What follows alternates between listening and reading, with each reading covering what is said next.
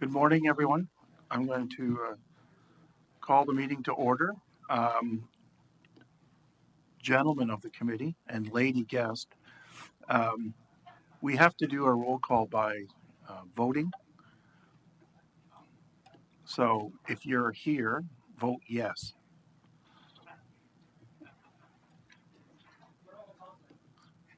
If you have a conflict, you can hit the conflict and have it noted.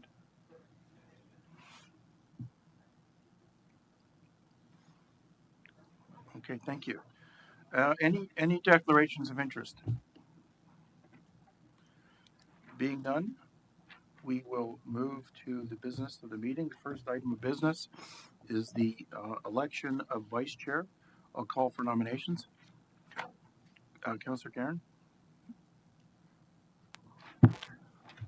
I'll make a motion to suggest Councillor Leahy be the vice chair. moved by Councillor Guerin. Seconder for that, Councillor Lee, that Councillor Leahy be nominated as position of vice chair of the Finance and Admin Committee. Any further nominations? Ask the motion be closed. Nominations be closed. Moved by. Oh, Chair. Oh, sorry. Chair Henry. Second by Councillor Leahy. All those in favor? Opposed? That's carried. Congratulations. Thank you. Okay. Yes. Next item of business is the adoption of the minutes of the June 14th. That was a long time ago, but it was not February, June 14th, 2022 meeting. Motion to approve the minutes moved by Mr. Leahy, second by Councillor Lee. Questions, comments, debates, corrections? Being none, all those in favor? Opposed? That item's carried. It's hard to see you with this screen, so. Yeah. I did declarations, yeah. There's no statutory public meetings. There's no delegations, so we're on to presentations. The first one is the regional clerk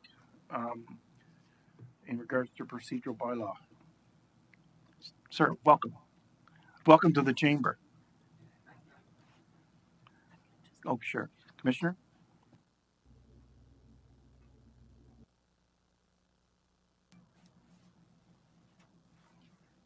There we go.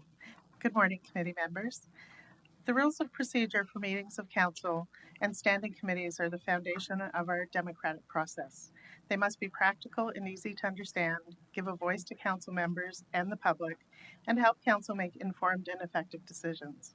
The draft procedure bylaw presented for your consideration today represents several months of work by the Legislative Services team over the course of 2022. Staff have thoroughly examined the current procedures to identify opportunities for improvement and recommend new approaches that will enhance the experience for all meeting participants. The proposed procedures you will review today include many recommended changes while also preserving the core components of our existing meeting format. It is a much needed tune-up to the rules that govern council's proceedings. I am now pleased to introduce Alec, Regional Clerk and Director of Legislative Services, who will deliver a presentation reviewing the proposed changes to Council's Rule of Procedure. Alec? Thank you very much, Barb. As Barb noted, this is the product of several months of work that began in the Legislative Services Division over the summer break. It is, in many respects, an update to the document from the ground up. Even the rules that are not proposed to be changed as part of today's presentation and report have been reviewed, examined, and updated to improve the language and clarity, and it is in many respects a new document. I'd like to extend a thank you to Lee Fleury, who's with us today, who has helped tremendously with this project, as well as the Legislative Services team, who have contributed many hours of review and input to make this the best proposed changes that we can. So with respect to our objectives in this project, first we are looking to incorporate feedback that we have heard from staff, from council members, from all parties that we've received over the last term of office, as well as try to improve the clarity of the language in the document, remove ambiguous language wherever we can, eliminate duplicate content where rules might be repeated between committee and council structures, eliminate rules that have caused unnecessary confusion during council meetings, try to spend a bit more time on the substance of debate and less on procedural issues, improve our overall meeting efficiency, and try to facilitate effective participation. And I'd like to note as well that this will bring the region more in line with our regional counterparts and their procedures for operating large upper tier council meeting structures. It reflects best practices that we have seen in other larger councils with complex committee structures. The draft document that's included in the report today does not include track changes for the simple reason that virtually every section has been changed in some way. So many portions have been moved to more logical locations, either rewritten or reorganized, even if the fundamental principles remain the same. I'd also like to remind all members that these are council's procedures, and we welcome your thoughts and your potential amendments and input on this document. Procedures should be a living document that should grow and change over time. And if some of these proposals aren't found to be effective later this year after they've been implemented, council always has the option to go back and make changes later. So I'd like you to consider this as part of a continuous process where we improve our meetings. So with respect to the proposed revisions, this presentation is divided into three categories. First, structural changes at a high level, followed by council member participation and public participation. At the end of the presentation, we're also going to address the alternate member rules, which is detailed in the report as well. So with respect to structural changes, many of the updates that we've made have allowed us to reduce the overall length and complexity of the document by about 25%. And despite that reduction, we've also been able to say a lot more in the document. So we're able to add sections and add clarifications that previously were missing. So you will find several new sections in the procedure bylaw. First, general principles, which are guiding principles that members and chairs may rely upon in their determination of the proceedings of meetings. A new section defining the powers and duties of the clerk in the Legislative Services Office. A new section defining how the council information package is published, when it is distributed, as well as several changes to the order of business. We are proposing that presentations be moved ahead of delegations for both committee and council meetings, and that communications are moved ahead of reports related to delegations and presentations. We often receive pieces of correspondence from the public about reports and presentations. They are often referred to that report. This will provide a more logical order to how they are addressed in meetings. We've eliminated significant amounts of duplicate content between the committee of the whole and standing committee rules that are repeated in the rules for council. So where possible, those have been aligned. And we've also proposed removing the other business section in COW and council meetings. This is because in our experience, that section has been somewhat redundant. We do have opportunity for members to ask questions during standing committee reports. And the other business section will remain for standing committees. So if there are questions from committee members to the chair or to staff at standing committee, those questions would still be accepted there. A couple more structural changes. With respect to different types of motions, one of the areas of difficulty that we have certainly experienced with the current procedure bylaw is rules around different types of motions, whether they're debatable, amendable, and so on. We have tried to clarify this in the new document by providing a detailed listing for each type of common motion that's experienced in regional council and committee meetings, describing exactly the qualities and rules that pertain to that type of motion. So for example, is it debatable? Is it amendable? Can additional instructions be applied? What are the voting thresholds necessary for it to pass? So that if there are ever questions during a meeting as to what can be done with a particular type of motion, it is easy for members to reference, it is easy for chairs and for the clerk of the meeting to find and provide straightforward and clear advice to members. With respect to addendums, we have proposed two changes to how they operate. First, that the publication deadline for addendums be moved to 4 p.m. of the day prior to the meeting. We feel that this is going to give members more opportunity to review addendum materials before meetings, beginning the next day at 9:30. And we'd also like to scope addendums down a little bit to only information or additional items related to existing items on the agenda or time-sensitive matters. So that should help focus addendum packages a bit for members so that they have an opportunity to digest the information that's provided and be prepared for the meeting the next day. We will also be synchronizing our agenda publication for council and committee meetings to Friday of the week prior. Currently, we publish council meetings on the Thursday, but all standing committee meetings on the Friday. For consistency's sake, we are proposing that all agendas be published on the Friday morning of the week prior to the meeting. We're also proposing that scheduled meetings during an election year not be scheduled for the months of September, October, and November. Currently, we schedule them on a regular basis and wind up canceling them several months prior in an election year. We're proposing in the future that we simply no longer schedule these meetings ahead of time. And if required, the chair or members may call a special meeting to address any business leading into an election period. We've also added a new authority to the clerk's office to authorize the repeal of exhausted bylaws. So this would be an administrative function for the clerk's office to repeal bylaws that no longer have any force or authority. A typical example would be appointments of senior regional staff that are no longer applicable, or really any other scenario where a bylaw is on record but has no more force or effect. And this is an administrative reduction that will take these off of the council agenda and take down some of the burden on staff to have those items repealed. Lastly, there's a number of supporting documents that feed into council's procedural rules. They are, at this point, somewhat scattered across different procedures. We proposed making them appendices to the procedure bylaw for easier reference. That includes council's closed meeting protocol, our electronic participation rules, rules for the operation of the inaugural meeting of council, and the alternate members policy. So all of these will now form appendices to the procedure bylaw for easier reference. Now, with respect to public participation, we've proposed a number of rule changes. First, there is currently a rule that allows for a 2-minute extension on a simple majority vote for any delegates. We are proposing that that be removed, although additional time would still be available by rule suspension. So the significant difference between what we currently operate under and what's proposed is that in order to offer a time extension, the voting threshold would move from a simple majority to 2/3.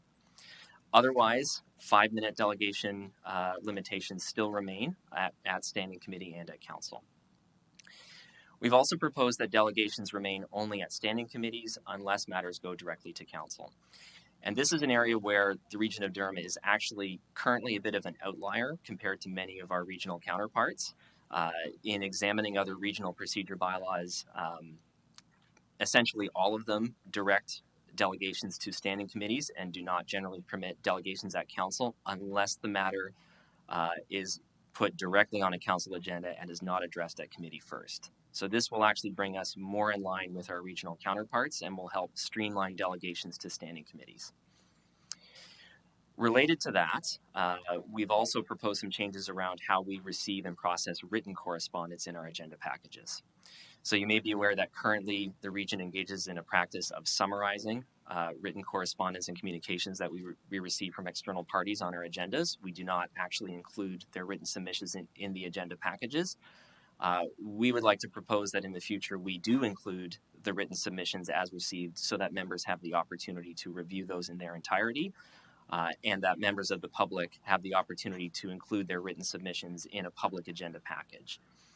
And the reason this is also important is that if in the future we are not going to have delegations at council, publishing written correspondence in our council agenda packages gives delegates an opportunity to still share their comments after committee meetings with council when those items come up for ratification. So there is still a process for members of the public to give their input for all council members. Continuing from there, there's a number of categories of delegations that we propose should not be coming through the council and committee process, primarily related to individual service appeals, billing, or administrative matters. The reality of these particular types of delegations that we've received in the past is that they should be directed to the region's ombudsman's office. That is the proper functioning of that accountability and oversight mechanism. The region has appointed the provincial ombudsman's office to serve in this function. And in the future, should these proposals be approved in the procedural bylaw, we would be directing those types of appeals to the ombudsman's office for resolution. Similar to that, we are including a prohibition on delegations related to legal proceedings, personnel matters, and competitive tenders, as these matters tend to carry some liability for the region and would not be appropriate for a public meeting.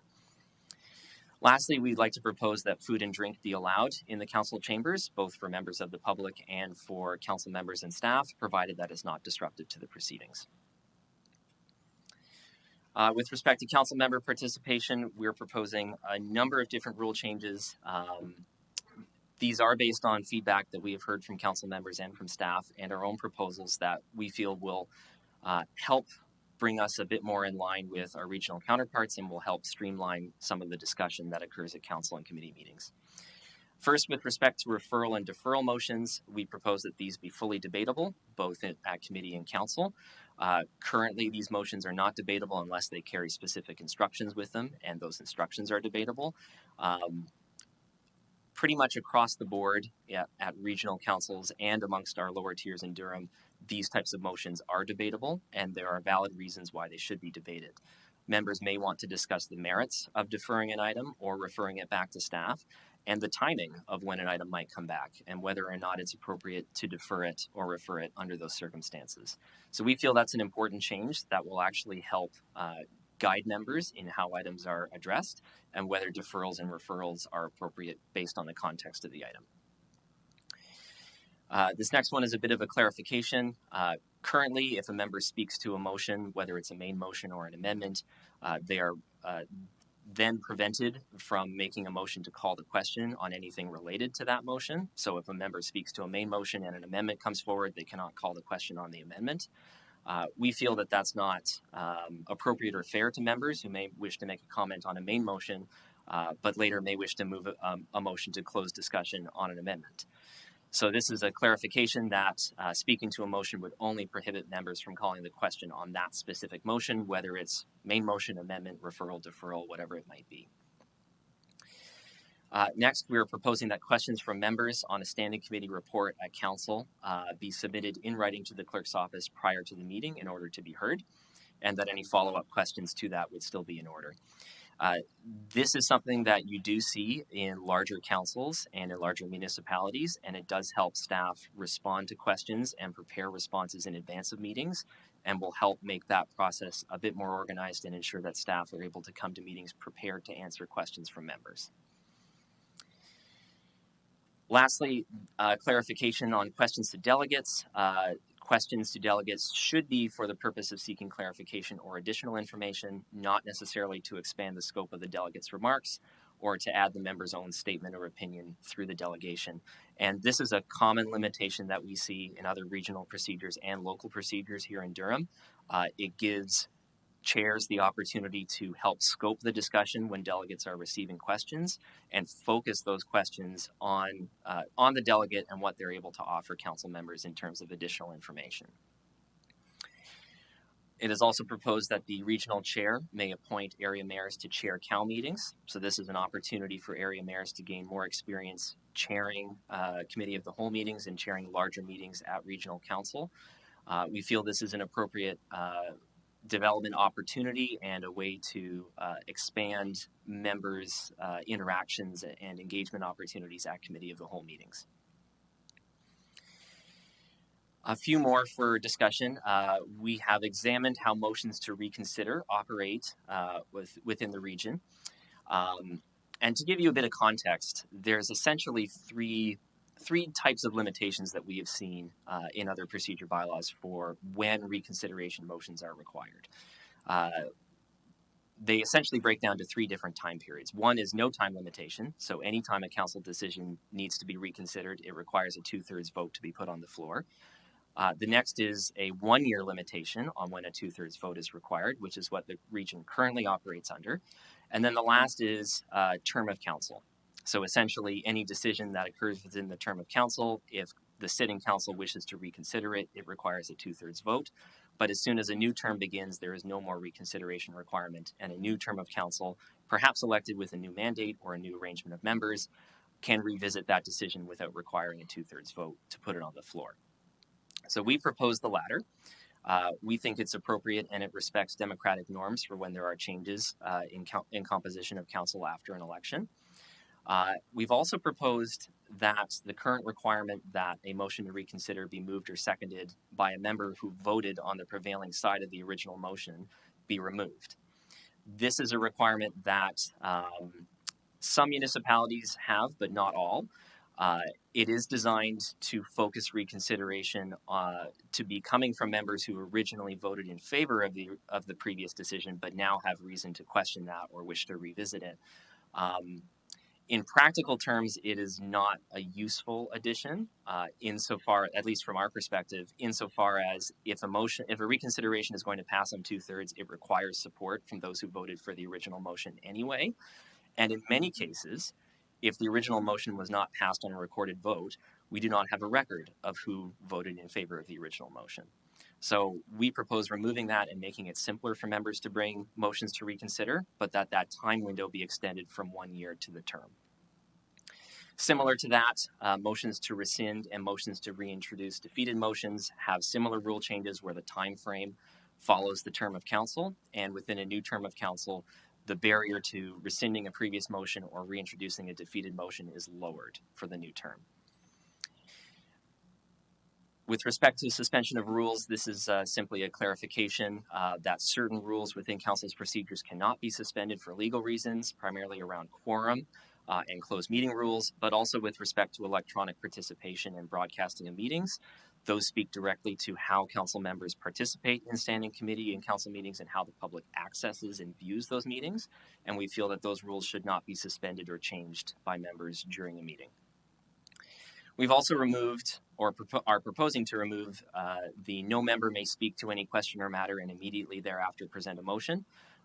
This is a rule that is rather unique to the region. We have not seen examples of it elsewhere.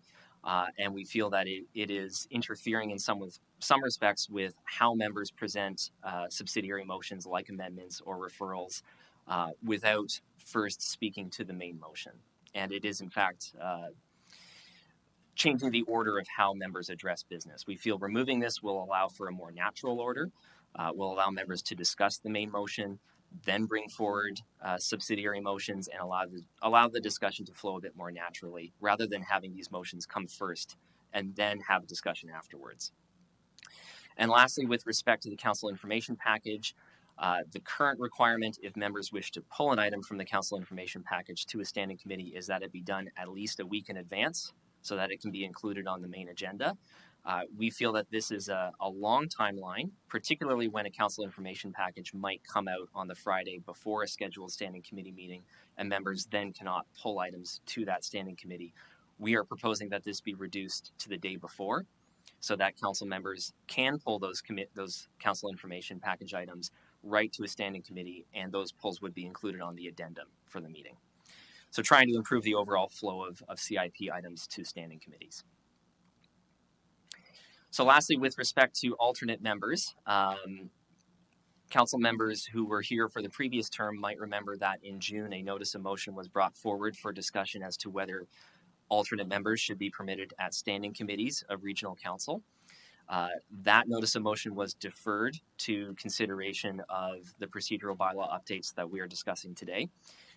Staff were also requested to contact the Ministry of Municipal Affairs and Housing for their input to see if they had any advice on how this provision could be interpreted. We did contact the ministry.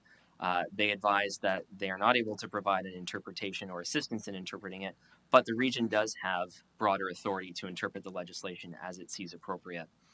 So in considering this and considering staff's position and the discussion that occurred in June, we are reiterating our position and not recommending any changes to the alternate members policy and simply leaving alternate members to participate at council meetings. And this is fundamentally for a couple reasons. First, while the region may interpret the legislation more broadly, doing so does invite some liability risk for potential of improper decision-making at committees if there are alternative interpretations of our application of that section. And logistically, I think for some lower tiers who have enough council members to sit on all standing committees, it is not necessarily fair to ask alternates to be prepared to participate on every standing committee. And this is not true of every lower tier municipality in Durham, only those who have enough members to sit on every standing committee. But those alternate members would be asked to be prepared to participate at every standing committee of council in a given monthly cycle, and that is not a burden that we place on any regular council member. That and In fairness to those municipalities that don't have enough members to sit on every standing committee, having an alternate that can only sit on some of them would not be in keeping with those who have enough members to sit on all of them. So that opportunity would fall to those with more members and not those with fewer.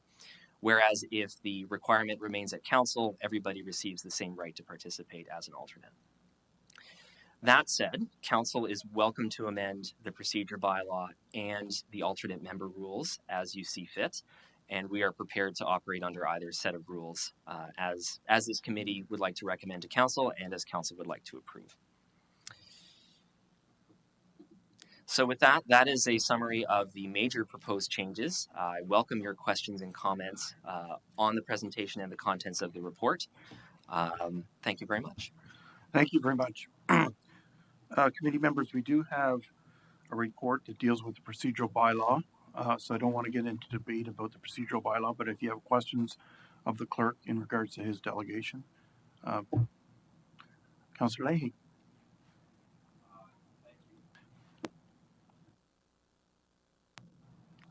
Success. All right. Thank you, Mr. Clerk. A couple questions on there. So part of your presentation spoke about how we were an outlier on allowing people to speak at council. So trying to bring that into effect. So we're publishing an agenda on Friday. Our committee meeting's on Tuesday. So if I'm a member of the public, so I have to be ready to read that agenda on Friday, and I have to submit a delegation request on the Monday in order for me to even attend, because I can no longer come at council meeting under the current proposal, correct?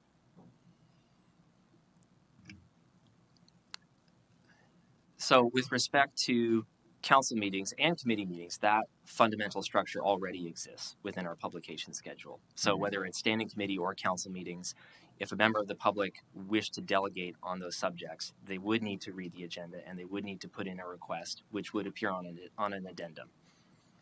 Yeah, and then it's still, they have to speak at committee before they can speak at council, right? Yes. Yeah, so there already is, that minimizes some of them, but I guess I'm just trying to understand, do you have a sense of the rationale for doing that? Because I'm just not always comfortable about the whole concept of saying you can no longer speak to the entire council. Like you can only speak to the committee members, and the other 3/4 of the council are not allowed to hear from a ratepayer. That's the problem I have an issue with. So I'll offer a couple comments on that. So first, with respect to the rationale, it really speaks to the length of our council meetings and the amount of time that is spent perhaps hearing the same content that members can hear at standing committees and is within the mandate of standing committees to hear. So something that I would encourage all members to do, particularly if a subject matter is contentious, is that they should be participating as visiting members and asking questions to delegates at standing committees and preparing for council meetings by reviewing what has occurred at standing committees and listening to the delegations that occur there. So this information is not unavailable to all council members. Simply because those members are not members of that specific committee.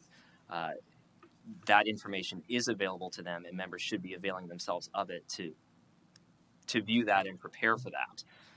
I will also offer that with respect to all other regional municipalities in Ontario, this is very similar to how they operate under. And Durham's current rules are actually quite unique in that they incentivize members of the public to speak both at committee and at council, because the current rules require that a delegate cannot appear before council without having spoken at committee unless they have a 2/3 vote to be heard. So our current approach actually incentivizes delegates to speak at committee and then come speak at council, because otherwise the barrier to accept their delegation at council is high. That is unique amongst regional municipalities. It is a process, I think, that causes a bit of redundancy between the committee and council process. And by making this clarification, we actually put more emphasis on what's happening at committees and more significance for the work that the committees do. And supplementary, if I may, through you. So I appreciate that. I guess then the question is, would it be not more appropriate to change the rules so that you don't have to speak at the committee and you could speak at council and give more residents an opportunity to speak to something against, especially on the notification? Like if you miss that 3-day window, you are not allowed to speak forever. So it's would that be a better way to fix that to make us as open and transparent as possible? Because that's the concern I have. The other piece is that if you're in a municipality and you don't have a representative on that committee that you as a ratepayer a taxpayer can lobby or speak to, you again don't really have any input or ability to influence that decision unless you spoke at council. So I guess that's the part I'm struggling to rationalize. Yeah. So with respect to allowing delegations at council that don't come to committee first, that would be the exact opposite of what is generally experienced amongst regional municipalities and what has been the practice here, and I think might in fact contribute to even longer council meetings where delegations that should be addressed at committee directly on committee's deliberations on a particular item simply wait to go to council instead and contribute to the already long council meetings that we have. I will say part of the changes around how communications are included on agendas is to try to encourage other means of contributing that council members can see. And I think it has been problematic to some extent in the past that members of the public and external organizations and agencies would submit written correspondence to the region that we would not actually publish in the agenda package for council members to see. So it's more about different ways of communicating with council, getting opinions expressed and on public record, and finding the most efficient way for members of the public to do that in a way that's transparent. And in our view, having delegations at committee meetings where committees are deliberating these issues and allowing for robust correspondence submission at council is an appropriate way to divide this balance of interests. No, fair enough. If I can, my second piece of your delegation, so around referring to other committees that remove the extension for delegations. So you're saying that's a common practice. There's no extensions in any other upper tier municipalities? Not that there are no. I will say that the majority rely on a rule suspension to allow it. There are some examples of those that have a mechanism either to permit the chair to issue an extension without a vote or to allow an extension on a majority vote. So it is not universal. There is some variety in there, but the majority do set a hard deadline with a rule suspension as the underlying mechanism to allow for more time. Okay, no, fair enough. And then my third question, because everything's great about it, there's only 3 areas I had an issue with, was around the motion to reconsider not happening the entire term. Mm-hmm. So are you saying that's a common practice among our comparators, that if even one piece of new information comes up a year later, that they have to wait till a whole new council's elected before they can speak to it? So I'll offer a couple clarifications and then speak about the ecosystem and what you see kind of generally. So it's not that nothing can be brought on it. It is that in order to reconsider it, it requires a 2/3 vote. So when we're talking about reconsideration, we're just talking about what's the threshold to bring this matter back to council for deliberation and a motion. So once that time period passes, that threshold ceases to be, and it becomes easier for members to bring motions on topics that have already been dealt with. So it's not that it can't be brought, it's just that a higher voting threshold is established during that reconsideration period. So with respect to what you see within municipalities generally, both within regional municipalities and lower tiers, I will say that the majority is 1 year, and then a smaller number are for the term, and an even smaller number set no time limit whatsoever. So we certainly don't agree with setting no time limit, because that would mean that decisions 10, 20 years past would require reconsideration if members and clerks and chairs have the historical knowledge to even recognize that something is being reconsidered in that kind of time scale. Mm-hmm. The 1 year has been somewhat accepted as kind of the standard within the sector, but in our view, and certainly in my view, it is somewhat arbitrary, that there's no particular reason why a year versus 2 years or 6 months would make any more sense than another particular time period. What does make sense to us, and certainly to me, is mirroring the requirement for reconsideration with terms of council. Because council is elected by members of the public with a mandate, they make decisions within that term that they should be able to stand by, that they are able to reconsider if 2/3 of them feel it is necessary to do. But beyond that, after an election, that is the opportunity for members of the public to make changes on council, to elect new members, and to reduce that barrier so that the new council has an opportunity to reflect on what previous councils have done and chart a new course if they feel it's necessary. So there is a logic to it. It is not the prevailing set of rules, but it is one that we feel is appropriate, and it is not unique. There are others that do this. Okay, those are my questions. Thank you. Thank you. Councillor Lee, and then I'll go to Councillor Crawford. I'll go to committee members first, and then visiting councillors. Councillor Lee. Thank you, Chair. Through the chair to the presenter. So we removed the 2-minute extension, and now it requires 2/3, correct? Is there a set time limit, or it's up to the chair's discretion?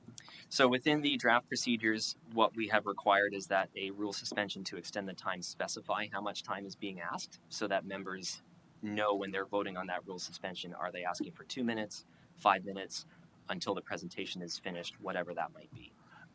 And then could there be multiple votes? Let's just say like, we don't want 20 minutes, but then the next person asks for 15 minutes and 10 and so forth. That could happen theoretically, right? Yes. That was it. Thank you, Chair. Thank you. Councillor Crawford. Thank you, Mr. Chair. Thank you for the presentation. So if I could summarize, I've always believed, not that it's ever been followed, right back to the school board days. That's almost a, are you aware? Let me summarize. Yeah, this has not been officially passed. That the council is really for ratification. And all the discussion happens at committees and committee of the wholes and all that kind of stuff. And council should be a briefer, just, we've already had this discussion, we're here to ratify. Yes, with some context. Okay. So I think it's very important to acknowledge that in every regional municipality and in every larger council and more complex municipal governance arrangement, a committee structure is designed to divide out the work, find ways to make it manageable for council as a whole, and to empower committees to make important recommendations to council. It is a vital piece of operating any municipality of this size and larger. Council is also an opportunity, first for ratifying what committees decide and what they recommend, but also for all members to have that opportunity who don't sit on those committees to voice their views, propose amendments, and suggest changes that are in keeping with council's will as a whole. So it's both is the answer to your question. Okay. My other question is around the alternate. I thought the alternate was like kind of set in stone, like there's one alternate per municipality, and it was always to be at standing committee, always to be at council. And you're suggesting that, was there somebody who wanted it differently? Because I'll just, in the context of this question is that there's been discussion at our council that it mirrored the deputy mayor. So one person might be 18 months, then somebody, the next local would be another 18 months, the next local would be another 18 months. But we were I was under the impression that it's one local councillor for the entire term. So with respect to the first part of your question, this was the subject of a notice of motion that was brought in June. Okay, sorry, I missed it. And that was more specifically with respect to alternate member participation at standing committees. To the second part of your question, the Municipal Act currently requires that councils are only permitted to appoint an alternate for the term of office. So that is not something that we have any flexibility over in our policy. Local municipalities can appoint one alternate, and unless that member resigns or otherwise loses their seat on council, that council cannot then appoint another of their members to serve as an alternate. So to suggest something of a rotation would not currently be permitted under the Municipal Act. Microphone, please. Can I have a mic? I missed the first part, that there was an actual request for that. Sorry, I apologize for that. Thank you. I'm all for not having another council meeting for 15 hours. So whatever you have to do that, I'm in favor of. Thank you, Mr. Chair. Councillor McDougall.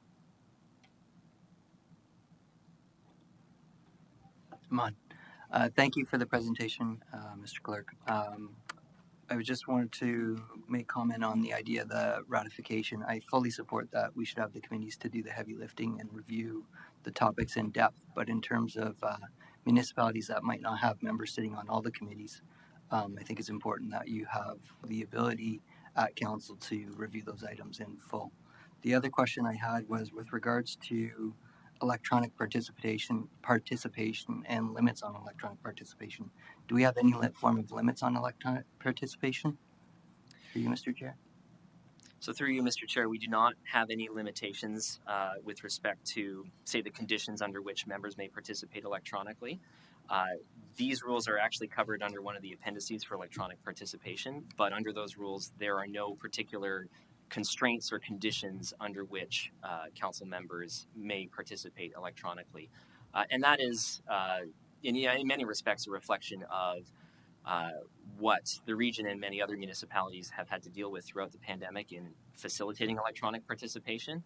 We're entering a bit of a different time period now as members return to in-person meetings and true hybrid meetings where we will have in the future kind of a blend. If council members are interested in setting conditions around that, those are things that can be proposed as amendments to the electronic participation policy. They're not part of our discussion and what we've proposed in revisions to the procedure bylaw today. Thank you. If there's no other questions, just a comment from Pickering's perspective, we do not allow participation electronically for a person on holidays, only because of illness or other special reasons. So not something that we might consider or not, but that's what we've done in Pickering. Councillor Tito, sorry. Thank you, My friend Mr. for Chair. you. Go.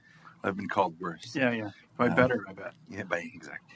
Thank you very much. Thank you for the opportunity to be able to ask a question. And it was specific to the virtual sort of participation. I know that there have been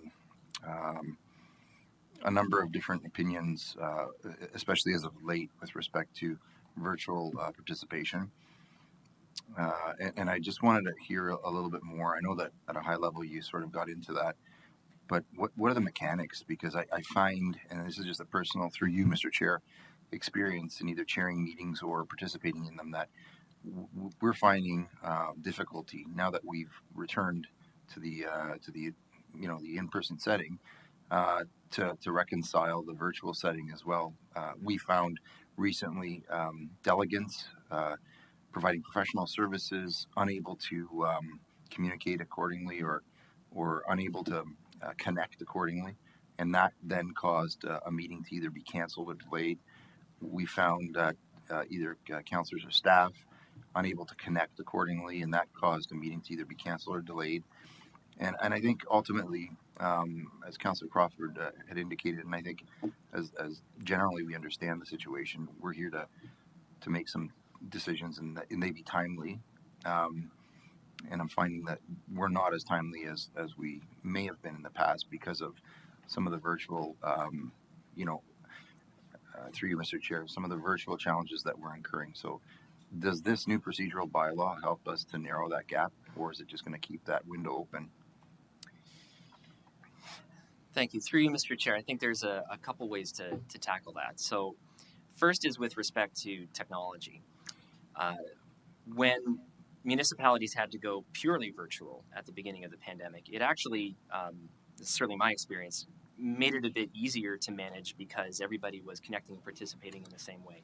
Much like you might, previous to that, when meetings were entirely in person, everyone had a shared understanding of how they participate and how to engage with that. And, barring minor technical issues, everybody understood this is a council meeting on Teams, Zoom, whatever it might be. We're now entering a time where we're able to facilitate both. And to your point, technology can sometimes be a barrier to that if there are issues with connectivity, issues with the availability of technology, internet connection, all of those different things. Sure. We have the advantage here, and council had the foresight to approve capital renovations and technology improvements in this chamber, anticipating hybrid meeting environments. And that technology is going to put us in a very strong position to facilitate these hybrid meetings in the future, a position that not many other municipalities at this point are in. It is a consideration that I think we are a little bit ahead of the curve on, and the last week or so of standing committee meetings has demonstrated the capacity of that technology for members to participate essentially seamlessly, whether in person or virtually. So I think compared to the broader municipal sector, I think the region is actually in a very good position to facilitate that in the future and have true hybrid meetings. But the undercurrent to that is what council wants to establish as far as rules or conditions under which members choose to participate virtually.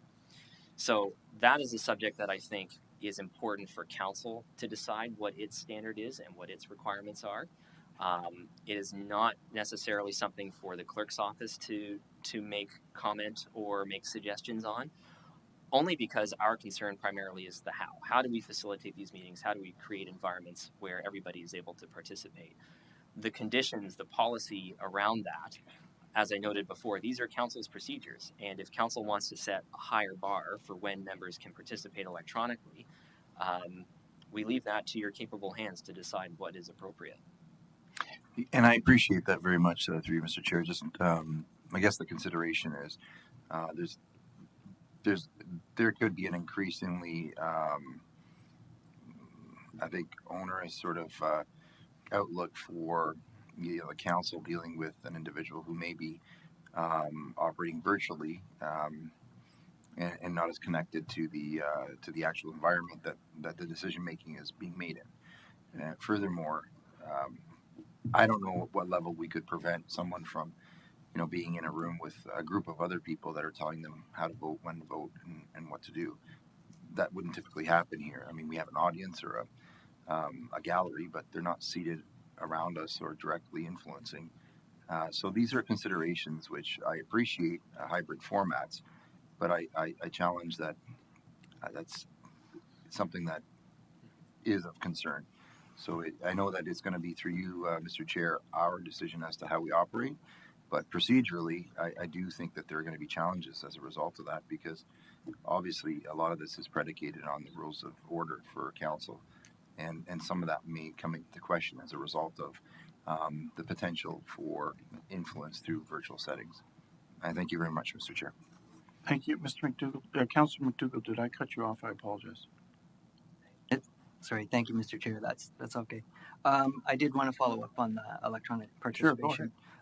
Certainly from an environmental perspective, which I know is important to the region right now, I think the ability to participate environmentally, especially when you look at the size of the region, I'm looking at Mayor Schumer beside me and Councillor Rod at the and I mean the ability for us to participate, should even weather or other reason, I think it's important. The other thing is in terms of professional advice, and speaking to professional advice, I think we're seeing a time when it affects our cost to do business when you are asking professionals to come and attend a meeting and sit here for a long time to then present materials that they could be in their office working on something else for, and then present for 15 or 20 minutes.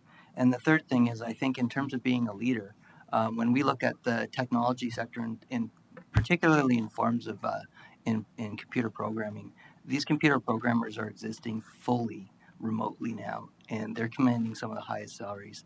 I think even the region of Durham is giving a nod to this when we're looking at the renovations to the building with hot desking or whatever you want to call it here. But we do need to consider moving forward. It's just my questioning was because currently, as the rules are right now, it would be possible for a member of council to never attend these offices and be a full participating member. So that's my only question. But I think my thought is probably to monitor the sector as we move ahead and leave the rules as they are currently.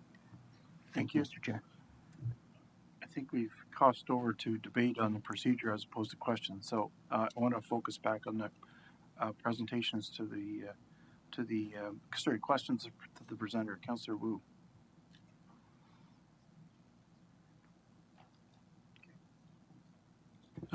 Thank you, Chair Ash, and to the regional clerk.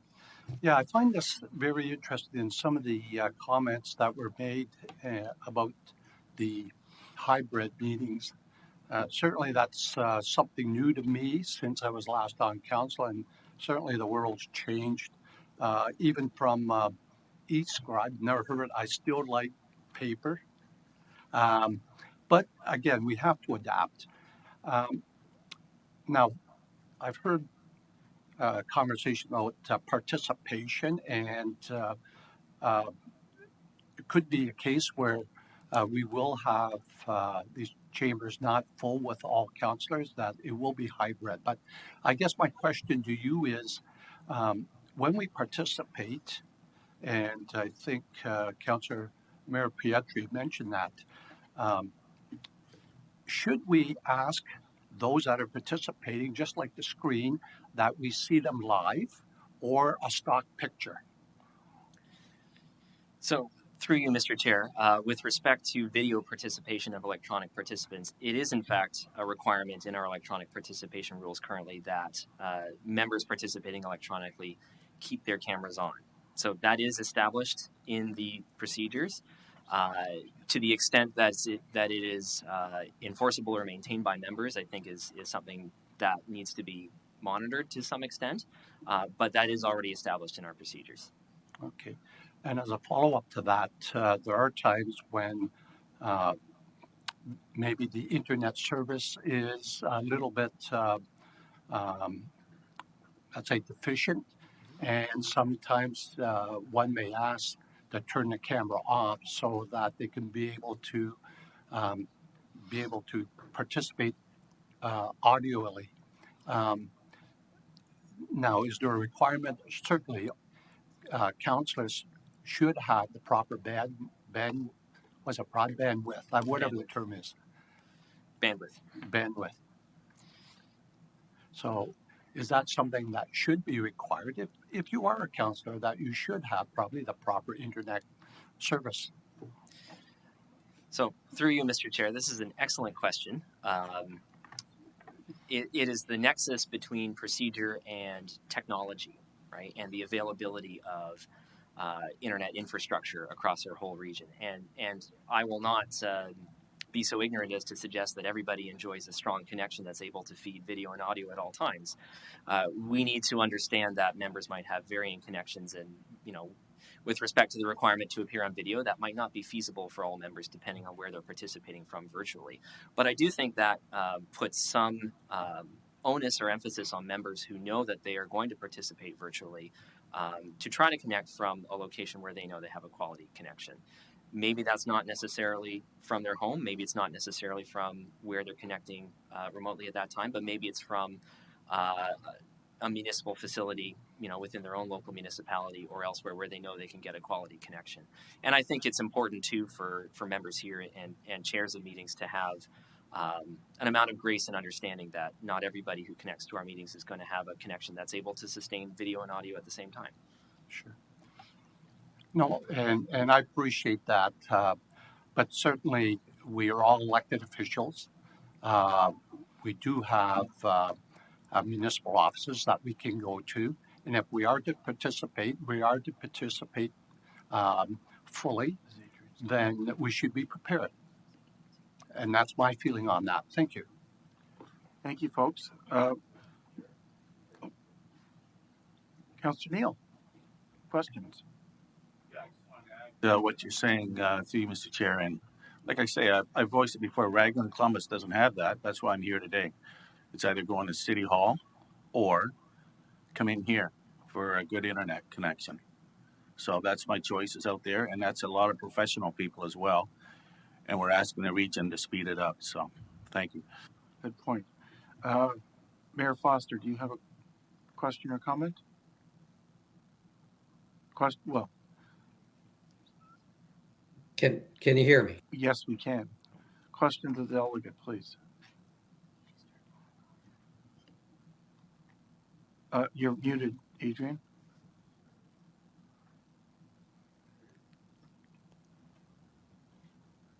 Okay, go ahead. I'm going to wait. I can hear you, and the internet is working. Can you hear me now? The internet is working in All righty. City Hall. It's for the moment it is.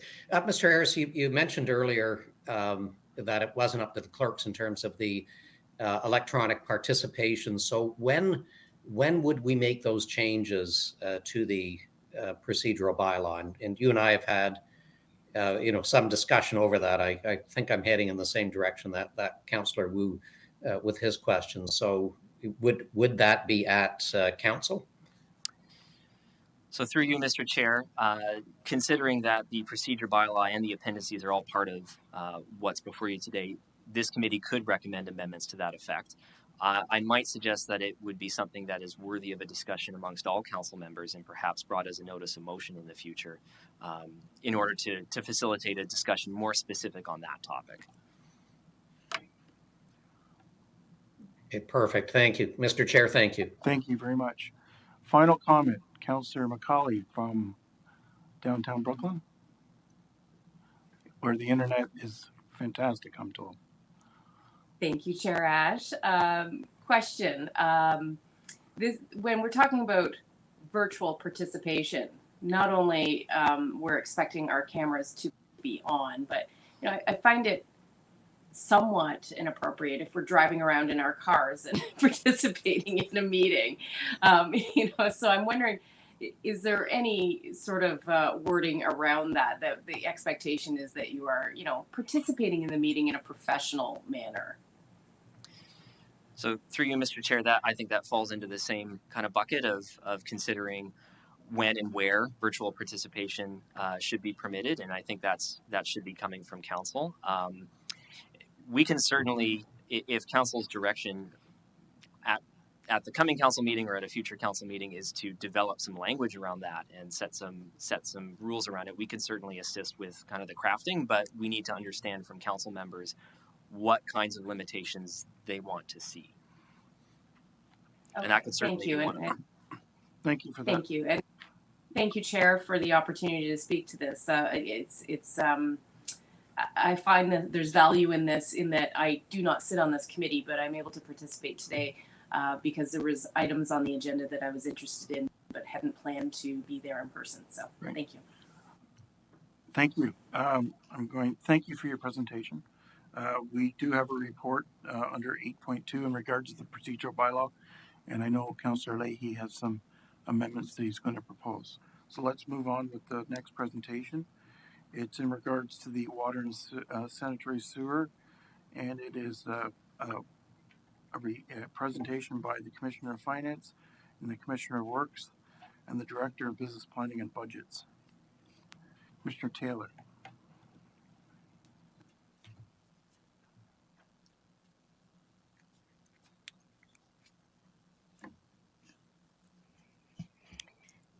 Good morning, Chair Ash, Chair Henry, members of the Finance and Administration Committee, visiting councillors, staff, and members of the public. I'd like to take this opportunity to thank you this morning to allow me to provide an overview of the highlights of both the 2023 proposed business plans and budgets and 9-year capital forecasts for the Consolidated Water Supply and Sanitary Sewerage System, Report 2022 F22, and that's quite a mouthful, and the 2023 proposed water and sanitary sewer user rates, which is Report 2022 F23. So both of these reports are before you today for deliberation. These two reports are very interconnected, and any material changes to projects or activities requiring user rate financing will have an impact on the 2023 user rates proposed. So Nicole Pincombe, Director of Business Planning and Budgets, and John Presta, Commissioner of Works, join me today to provide a summary of the proposed 2023 water and sanitary sewer user rates and provide an overview of the 2023 budget for the Consolidated Water Supply and Sanitary Sewerage Systems, including details on the 2023 capital plan and 9-year capital forecast. As part of our presentation, we will also review the supplemental memo to FNA in response to the Works Committee's December 7th direction. So I'll start by providing some background on the water and sewer user rates, as well as details on the proposed 2023 water and sanitary sewer user rates before you today. So there are 3 budgets, just so that you understand. Works took take a look at one section of it, and then this committee looks at all 3 components. So that's the Works Water Supply and Sanitary Sewage budget, the Utility Finance budget, and the corporate water sewer items that combine to form the Consolidated Water Supply and Sanitary Sewage Systems budgets and business plans. Net expenditures for those 3 areas are funded from water and sewer user rates. The proposed 2023 water and sewer rates adhere to the region's policy that property taxes are not used to fund water and sewer programs. Water and sewer programs are funded, as you will see later in the presentation, from user rates, development charges, reserves and reserve funds, debenture proceeds, which is debt, and other fees and charges. The 2023 proposed user rates are based on the assumptions that water customers will grow about 1% in 2023 and sanitary sewer customers grow about 1.05%. This growth is consistent with the rate of growth the system has historically experienced for the last number of years. On the consumption side, the 2023 proposed user rates are based on the assumption, and here's where I really stumbled over my wording here. So residential consumption will be 240 meters cubed per customer per year. So that's comprised of 227 meters cubed per customer per year on your base consumption, and then 13 meters cubed per customer per year for seasonal consumption, which is summer. So there's lots of lawn watering and the like, which affects our summer usage. These consumption assumptions have decreased with the 2022 based consumption, which was 245 meters cubed per year, and they're aligned with our 2022 projected consumption trends, and it is reflecting a return to pre-pandemic experience with respect to consumption. It is, however, very difficult to predict consumption as we continue to recover from the pandemic. So there are some unknowns there. And so should consumption be lower than projected, we would rely on our rate stabilization reserve funds to assist us if there's any shortfalls required. It also should be noted that higher consumptions is not anticipated to continue post pandemic, and we used to show charts where we had done really well with people using smarter choices around water consumption and the consumption rates really declining. And then we've seen an unusual thing in the last couple of years between COVID, but also whether we've sort of hit that level of consumption efficiencies without taking the next step in how we look at water consumption. So it's we'll have to see where we go with that as time goes by. On the non-residential consumption side, it's the institutional, commercial, industrial consumptions projected to increase somewhat. So the first block will remain stable, but you can see there for the second and third blocks, which is the staged rates for large consumers, that we are looking at increases occurring there. So putting all that together, the net budget expenditures, customer growth, and consumption trends are the three factors that determine the projected user revenue required. And once that amount is determined, the user rates are set and the impact to the customer calculated. And that's what you see reflected here. So this slide illustrates how those three factors play into what the user rate increase is. So with overall consumption decreasing, it places a marginal upward pressure. But as noted for those of you that listened into Works, Commissioner Presta referenced in his Works presentation, the impact of consumption is linked to fixed versus variable cost impacts. So it's a little bit of a twist there in how you have to look at that. So combined water and sewer net expenses proposed in this are projected to increase by 4.5%. So then once you factor in the customer growth, which helps to partially offset that, you end up with a combined rate increase being proposed of 4.3% over 2022. The water is 3.6% and the sanitary sewer is 5%. So this table illustrates the impact of that 4.3% on a typical residential customer. So as the table indicates there, 4.3% results in an $11.48 increase on their quarterly bill or $45.92 annually. We do surveys regularly to compare our user rates with our municipal comparators, and you can see that from the slide here that we are quite competitive. So based on our 13 comparator municipalities where we look at ones of equivalent size or customer base, we're showing as fifth lowest overall. And just so that for those that live in varying areas of Durham, we did also do the neighboring municipalities. Now they are smaller systems, but we are the lowest rate with respect to our neighboring municipalities. So I'm now going to turn it over to Nicole, who will provide an overview of the 2023 proposed consolidated water supply and sanitary sewage business plans and budgets and the 9-year capital forecast. Nicole?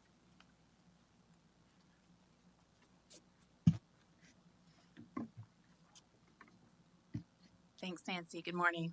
So when we developed the proposed 2023 consolidated water supply and sanitary sewage business plans and budgets, staff considered the following 4 strategic priorities. The first being responding to growth and affordability pressures, investigating infrastructure renewal that is investing in infrastructure renewal that's aligned with the region's asset management plan, innovation and modernization of operations and administration, and lastly, advancing initiatives that are aligned with the region's strategic plan. This slide provides a high-level summary of the services and infrastructure that are supported through the consolidated water supply and sanitary sewerage systems budgets. And aligned with Nancy's comments earlier, the budgets support and assume support for 184,950 water customers and 180,179 sanitary sewer customers. The region's assets that are supported through this budget have a combined replacement value of about $11.5 billion. That's split $5.43 billion for water and $6.07 for sewer. And this represents about 65% of all of the region's overall assets. The utility finance portion of the consolidated water supply and sanitary sewerage systems budgets provides for the setup, billing, and collection of customer accounts, as well as providing for customer service to the users of the system.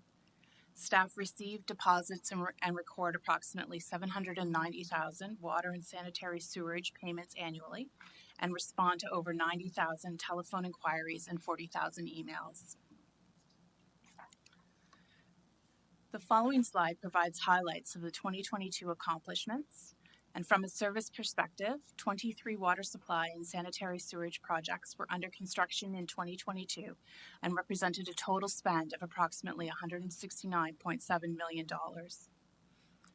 In 2022, staff advanced the multi-year modernization of water supply and sanitary sewerage operational data with a focus on the municipal well systems and the wastewater solids management areas. Maximo, which is the region's enterprise maintenance management system, was fully implemented. This allows the region to better manage maintenance activities, capture life cycle costing data, and provide real-time maintenance information to help support decision-making. In 2022, the region initiated a 3-year project to retrofit existing water meters with radio frequency remote reading devices, which will eliminate manual meter readings. And this is a significant enhancement from a customer service perspective. In addition, utility finance expanded customer enrollments in the My Durham Water to 42,000, which is approximately 22% of our customer base, with 16,740 customers choosing the paperless e-billing option. We continue activities to expand the spread of this, or the usage and uptick of this system. So from a customer service perspective, in 2022, there were no boil water advisories. 99.8% of drinking water test results were compliant with regulations. There were no unplanned sanitary sewage bypass events, and the region achieved 100% compliance with all wastewater effluent results.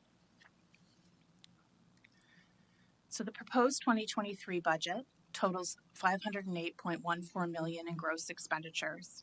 When we look at the pie chart on the left, that provides a summary of the overall gross expenditures. You'll see that approximately 56.1% is for sanitary sewerage services, with a balance of 43.9% for water supply operations. Overall, capital represents the largest portion of expenditures at 57.4%. The pie on the right illustrates how we finance that $508.14 million budget. You'll see that the largest portion is financed, $246.3 million, or 48.5% from user rates, 23.8% from development charges, 6.2% from debenture proceeds, and 4.2% from reserves and reserve funds. 15.1% of the financing is from the Region of York, and that's for their portion of the operations and capital expenses of the Duffin Creek Water Pollution Control Plant. The 2023 budget provides for a number of significant base pressures, including capital cost escalations and inflationary increases, including chemicals at $5.8 million increase, or an increase of 66.3%, and utility increases, including electricity and natural gas, of $3 million, or 16.7% increase.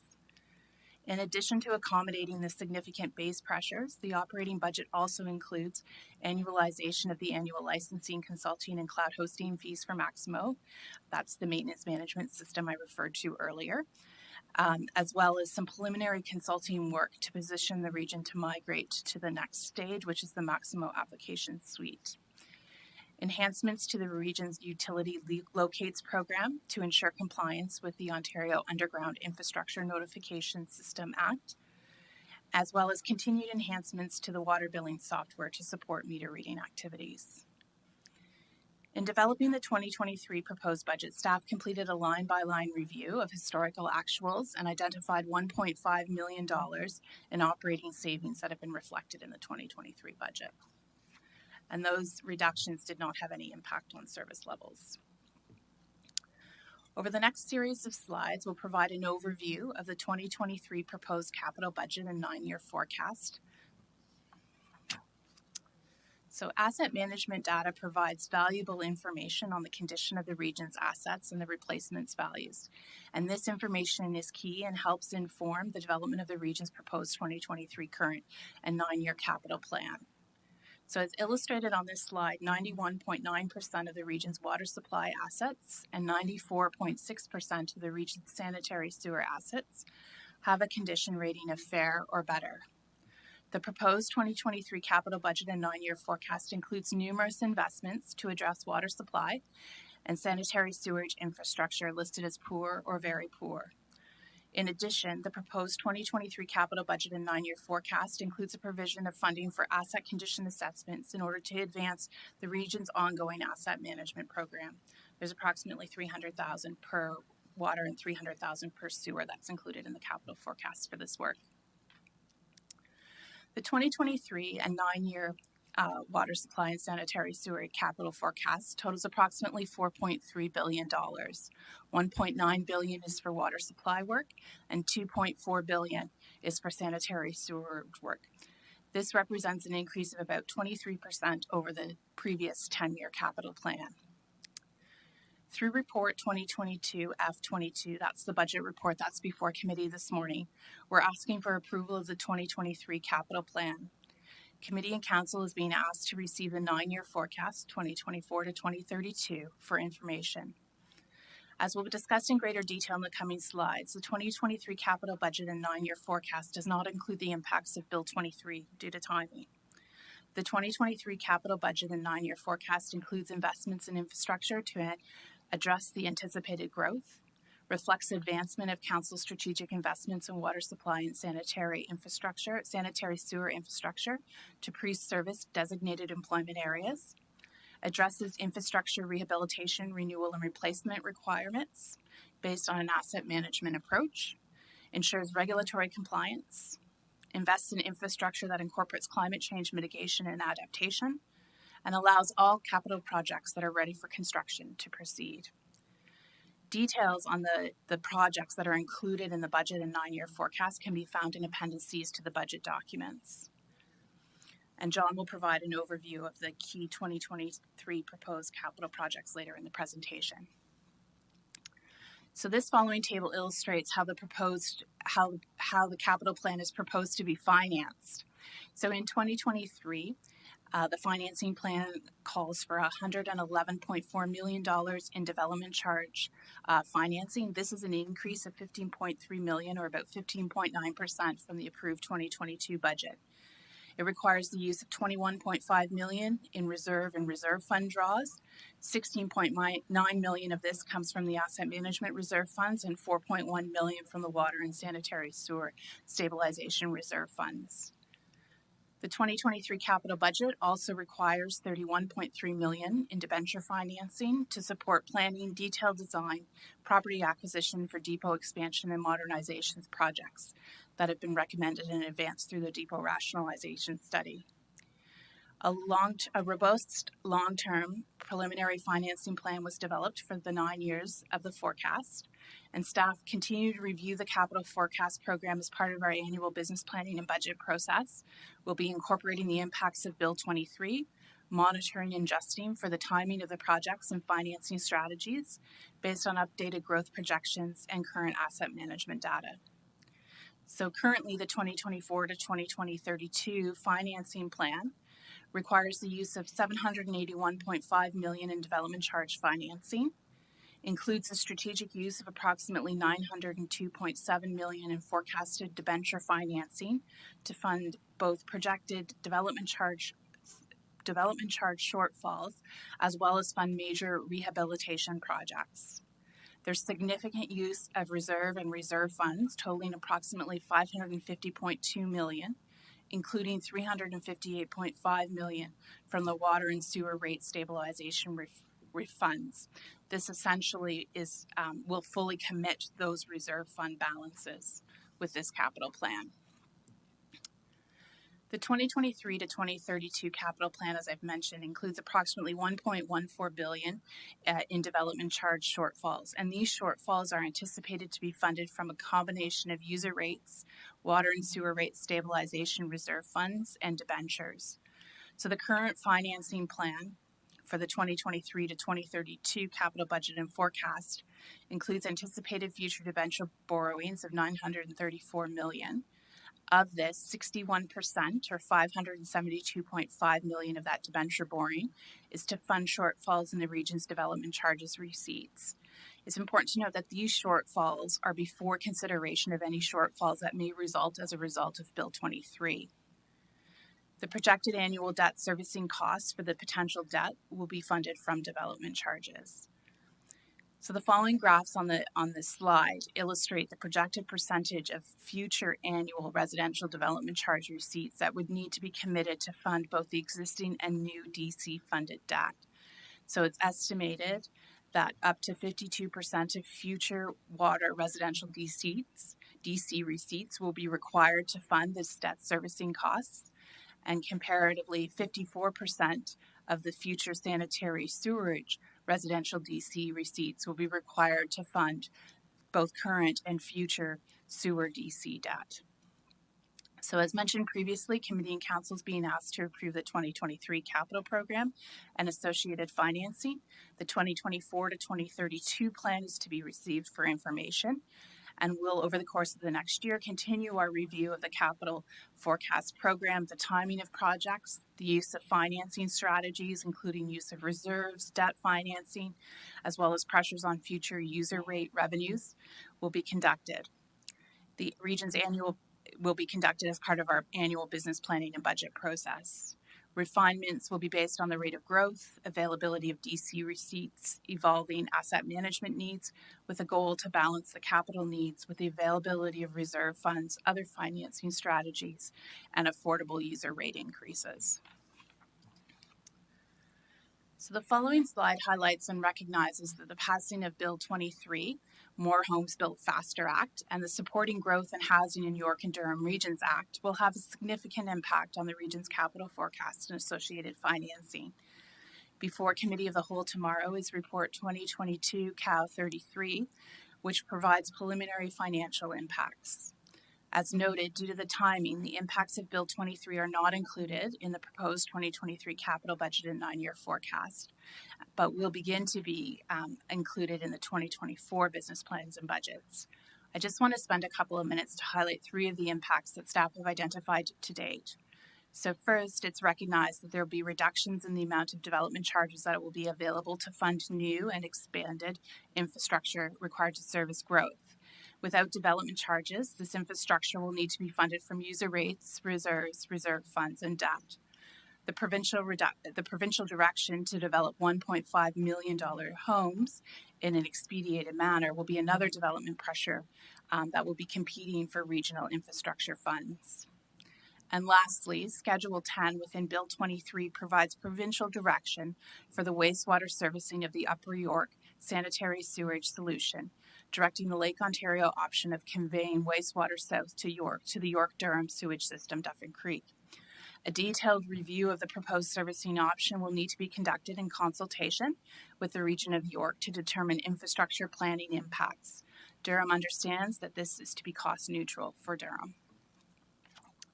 I will turn it over to John, who will provide an overview of the key water and sanitary sewer infrastructure projects that are proposed for 2023.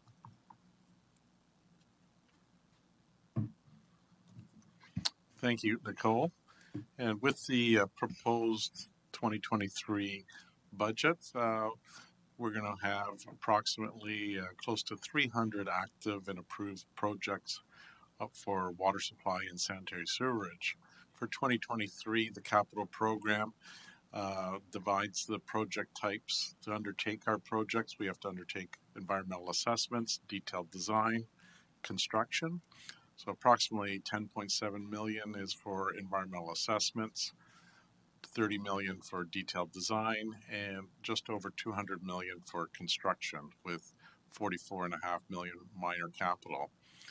In terms of water mains and sanitary sewerage replacements on roads, we try to coordinate that with road reconstruction projects with local area municipalities, the bus rapid transit, and any MTO projects.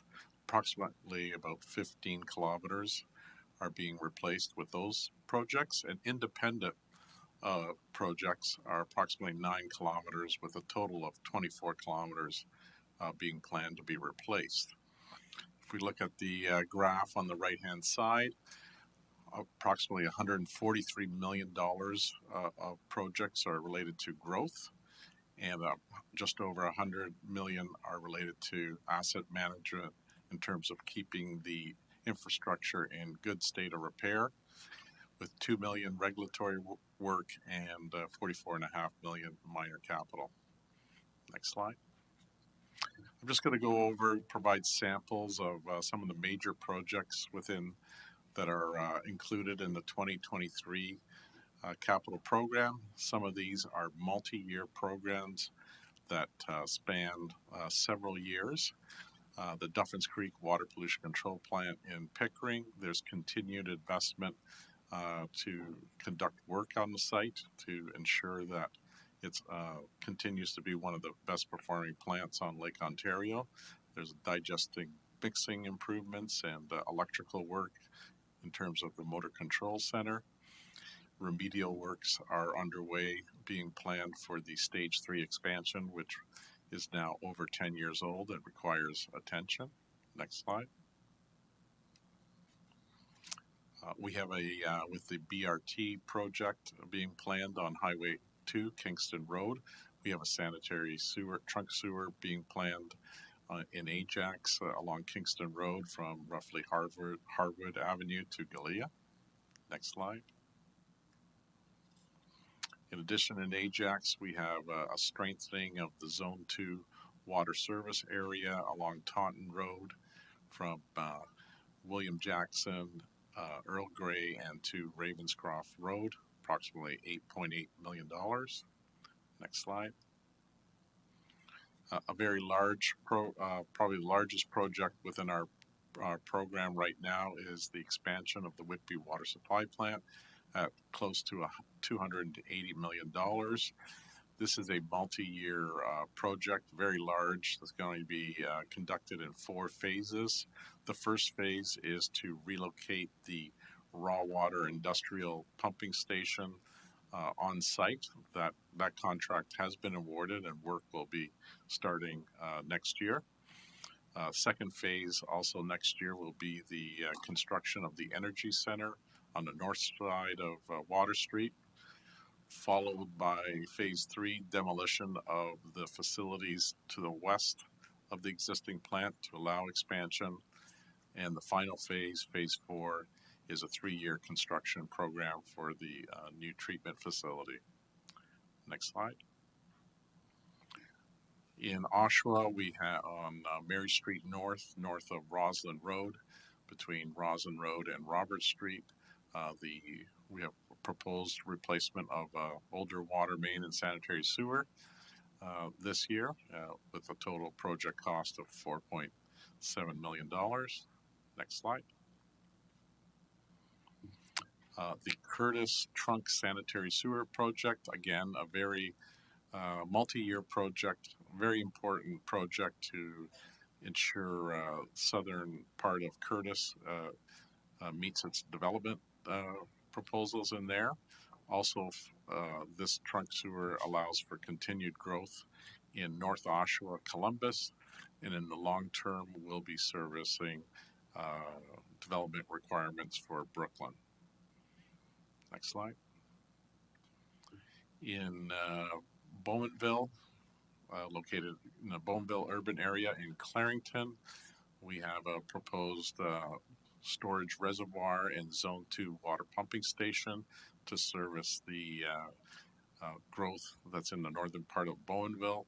Currently, this area is being pumped directly and requires storage to meet the requirements for peak demand, fire flows, and other pressure requirements. Total project cost is close to $56 million. Next slide. We have a water main replacement on Brown Street in Bowmanville, also $1 million. Next slide. And in the township of Brock, we have upgrades underway at the Lake Simcoe Water Pollution Control Plant in Beaverton, where the diffused air system is being replaced from currently a mechanical system to dissolved air. This will be a more efficient system, and we'll have some energy savings there. Total investment there is $15.2 million. Next slide. Nancy.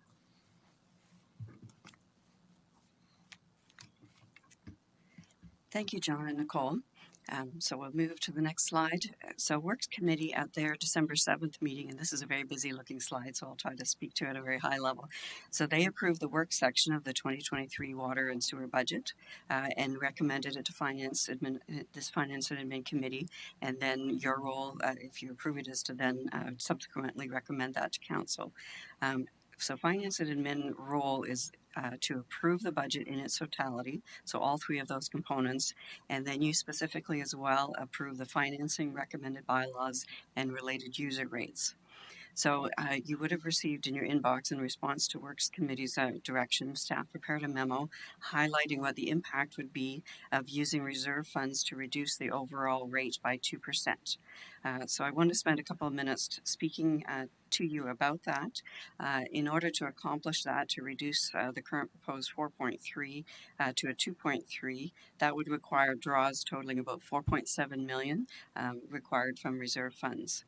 And while the current balances in the water and sewer rate stabilization reserve funds do exist, they have been building for a number of years quite specifically to fund the significant increase in capital requirements over the four-year period, or the forecast period. And keep in mind, just as a note, about 67% of that work is for this term of council. So we have been accumulating funds for some time to deal with some of these very, very major projects, and they are now in the very front end of the forecast and ready to proceed. So both the Water Rate Stabilization Reserve Fund and Sewer Rate Stabilization Reserve Fund are essentially committed for capital projects over the next 10 years. So this slide and the attachment to the memo details the inflows for that, some of the major projects and activities within that program. So draws in total 363 million almost is being pulled from the water rate stabilization and sewer rate stabilization in the current and forecast. So that's before any potential development charge shortfalls relating to Bill 23. And those are, Nicole did mention that we already fund shortfalls in development charge cash flow timing. So the other thing I'd like to point out is Nicole referenced this in her presentation as well, that the energy cost and the chemical costs approximate almost $9 million. So that's inflationary impacts that there is no getting around. And if we don't build that into the base, then it has a magnifier effect. So from a staff perspective, it's very strongly recommended to maintain the reserve funds for a number of reasons. Another example is in-year unbudgeted emergency capital expenditures.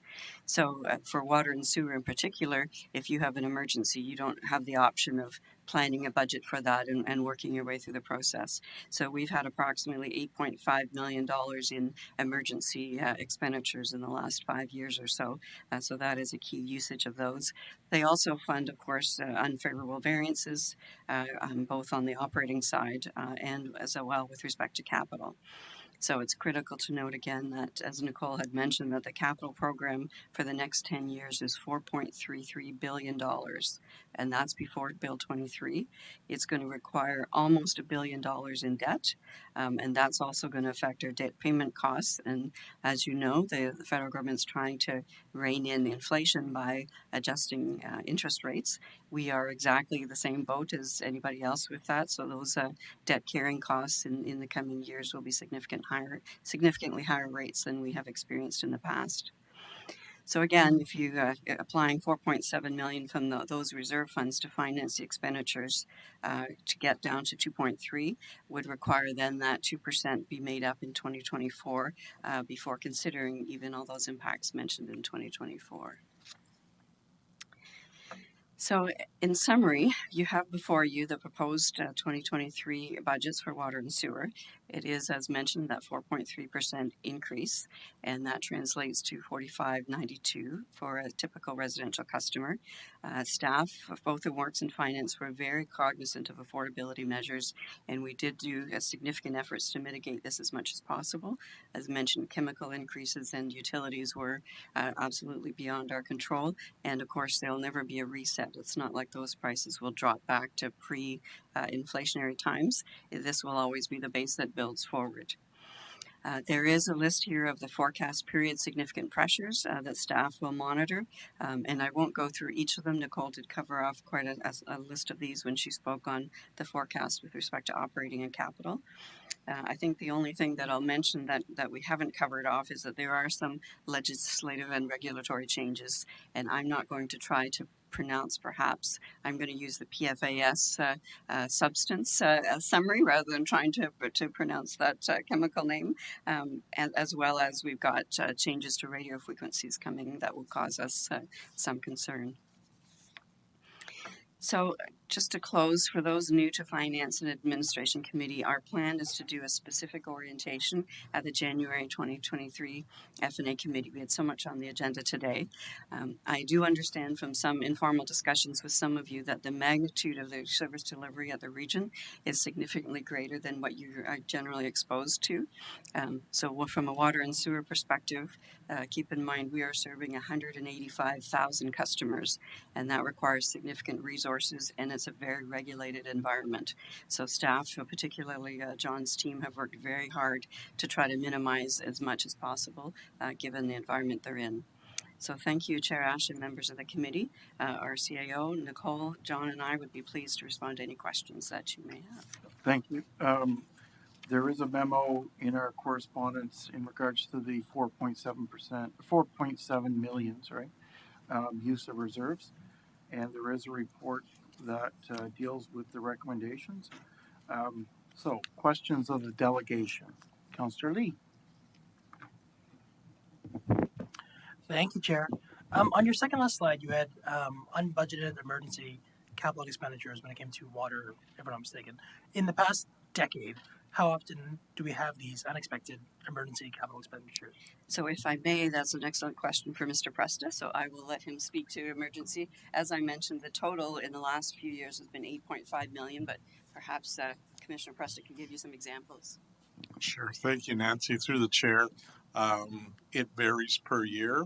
One prominent example that we had to deal with last term was emergency replacement well in the community of Sunderland in the township of Brock. That project required approximately $3.5 million worth of emergency funding, and that project was financed through reserves. Okay, that's great. Thank you, Chair. Thank you. Councillor Leahy. Thank you. Couple quick questions. I go back to slide 17, and it's looking at the annual operating costs that are going to be coming in from the rate contribution. So, and it seems to adjust vary quite a bit year over year. So, I'm just wondering if it's user rate funded, why would there be such a lot, like the very last line where it says user rates, proposed budgets, and then it goes up and it goes down? If it's funded from user rates, wouldn't it be consistent and growing? Or is this, I guess that's the first question. Thank you. Yeah. So through the chair, for the capital budget, there is a lot of variability in projects. So as Commissioner Preston mentioned, we have some very big projects coming forward. So what we attempt to here on this financing for that forecast is to minimize as much as we can the user rates. So we try very hard to target as much as we can appropriate development charges. So if we have more growth related projects in 1 year versus asset management related projects, that will cause a shift in how much financing is eligible from development charges, as an example. So we will go through this process and we will try to pull as much as we can from reserve funds. We deal with debt, and you see that quite significantly over this coming time frame. Our goal is to try to smooth the user rates as much as possible, but unfortunately, because we are now entering into a period of significant capital investment, that's causing us a problem in trying to minimize the user rate impact. So we will keep fighting this, wrestling with this for next year, because clearly you can see that there's some pretty big jumps coming with respect to that. Yeah, and that's supplementary to that. So is it once we have, let's say, a proposed 2023 budget and we get that $87 million, so that just flows straight into the budget, and next year it's an additional incremental $120 million, and then it's another incremental? Is that the variation? Like, I'm trying to understand the variation piece. So the base capital draws, so that will be an incremental change. So Okay. Nicole, as she flows her way through these, we try to keep a base of user rate funding for capital, and then you will see it fluctuate up depending on the capital need. Okay, so once that goes up, let's say next year it goes up that much, that's permanently allocated, and then we have the adjustments for next year, and that's permanently allocated, and that's why it's varying Yes. year to year. Okay, and then again, the large jump, so almost the doubling of capital proposed budget from 23 to 24, again, just based on the needs and all the water supply plants and all the other different pieces that we're doing. Yeah, so the largest one, for example, as Commissioner Preston mentioned, is the Whitby water supply. So as I say, we have been saving for a number of years knowing these very, very large expansions were coming. But, there's only so much that you can save, because each year, as this committee struggles with trying to be as frugal as possible, we set aside as much as we could manage to do over that time frame. But those projects now have to proceed. And then my final question through you, Chair. So on all the borrowing, does that impact our borrowing limit, all the borrowing that we're doing for water and sewer, or is that outside, or is it part of our limit? It is part of our limit, along with the regular tax levy side. So you'll see that coming in the new year. So significant borrowing attached to that piece. And I'll use an example of that. So Nicole mentioned the expansions and retrofits at the Works Yards facilities. So those are funded often because they're combined yards for water, sewer, and roads. So you will see that repeated in that budget as well, in debt financing related to it, because we fund a third, and a third with respect to that. So some of these projects also spill over into the regular tax side of it for their share of those facilities. Okay, no, fair enough. And then is it appropriate to ask questions about the memo at this time, or would you rather wait till we speak to the report? It was talked about in the presentation, so go ahead. Okay, so I appreciate the memo. So if I can just summarize, so recommendation from staff is to not draw on the reserves, because all we're doing is delaying the increase to a future year before we even know the capital or rate increases for next year, correct? That's correct. That's almost a would you agree? You think? Almost. But it was okay. It was not. It was in summary. It was more of a summary to make sure I was understanding clarity. But thanks. I'll leave it there. Thanks. Thank you. Councillor McDougall. Thank you. A question from early on in the presentation. We were talking about residential consumption efficiencies, and it was mentioned that in the last few years, residential consumption has jumped up. I'm not sure if similarly the institutional consumption has declined, but are we expecting residential consumption to go back down as people are meeting less from home and working less from home, etc.? So that's Okay, Mr. that Chair. has through the chair. So that's what we're seeing has occurred. What we're projecting for 2023. So as I mentioned, we had a significant decline over a number of years because of efficiency efforts. It jumped up quite significantly during COVID because everybody was home, as you say, and the industrial, commercial, institutional dropped significantly because a lot of businesses obviously had struggles being open during COVID. What we're expecting now is it to return to what we're estimating to be a normal level. We had been seeing essentially a flat line starting to occur. So my guess is, and I'm not certainly a huge expert in this, that we will likely see that leveling continue unless we find another more technology around residential users being able to save water. There's a certain base amount of water that people use regardless. So unless there's some new technologies that cause a momentum shift there, I would suggest we'll probably be fairly stable on the residential side.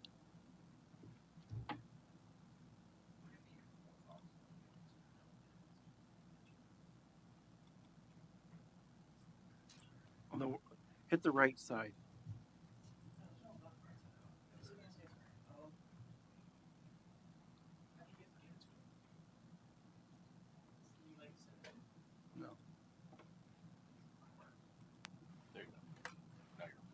Thank you, Mr. Chair. Sorry, I won't turn it off again in between speaking. That's okay. Thank you, sir. Just to follow up on a slide that was presented, in terms of the revenue neutral contributions for the York Region, the Duffins Creek water treatment plant, and there's a contribution from York Region, which is for any improvements, expansions, operations, etc., to make that revenue neutral for us. How is that determined? So there's actually two different parts to that. So I'll speak to part of this unless Commissioner Prester would like to. So the York Durham Sanitary Sewer Plant is a co-owned plant. So there is agreements, administration agreements and operating agreements that dictate in normal years who pays what share of that. But because it's run by Durham and located in Durham, the costs flow through us and we bill York Region for their share. With respect to the new legislation, that's a different matter, and that's where there's still a lot of work to be done to plan what capital is required to accomplish that. It has been indicated to us, particular to that component of Bill 23, that it's supposed to be revenue neutral to us. At this point, there's a lot of work to sort out what that looks like and whether there are implications, but that's the high level indicators that that's not the same as the rest of the Bill 23 components. That's all. Thank you, Mr. Chair. Councillor Schumer, you had a question of the delegate? Yes, thank you, Mr. Chair, and through you. On a number of slides, you indicate the 2022 budget. How are we trending to end up with 2022? So that's a difficult question. I will say that our financial reporting is very time consuming and a lot has sidetracked us with respect to provincial requirements. That being said, it is my guess that we will have somewhat of a surplus for 2022, primarily because we've had retirements and the challenge of filling the expertise that you need for water and sewer is hard to come by, and the vacancies take a lot longer to fill because it's a huge challenge to compete to get staff in those areas. So we have issues with gapping. As soon as we can get those positions filled, that will disappear. So it would be my guess, without numbers, that likely we would see a small surplus as a result of the difficulty in trying to get the expert staff that Commissioner Preston needs. Okay, thank you.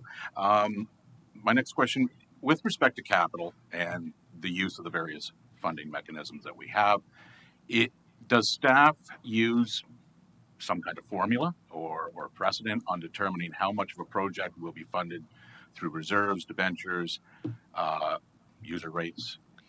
So in some categories, there is structure. So development charges, for example. So if it's a growth-related project, there is in our development charges background study the percentages that are growth-related versus what could be benefit to existing. So we have to follow those percentages when we establish those background studies, and that gets applied to how much development charges funding is available for a growth-related project. For our non-growth related projects, so from an asset management perspective, we try to maximize as much as we can from our asset management reserve fund, and then we start to look at every other reserve fund, and we do it on that 10-year window on purpose, because what we want to be able to see is that we can fund it over that 10-year window.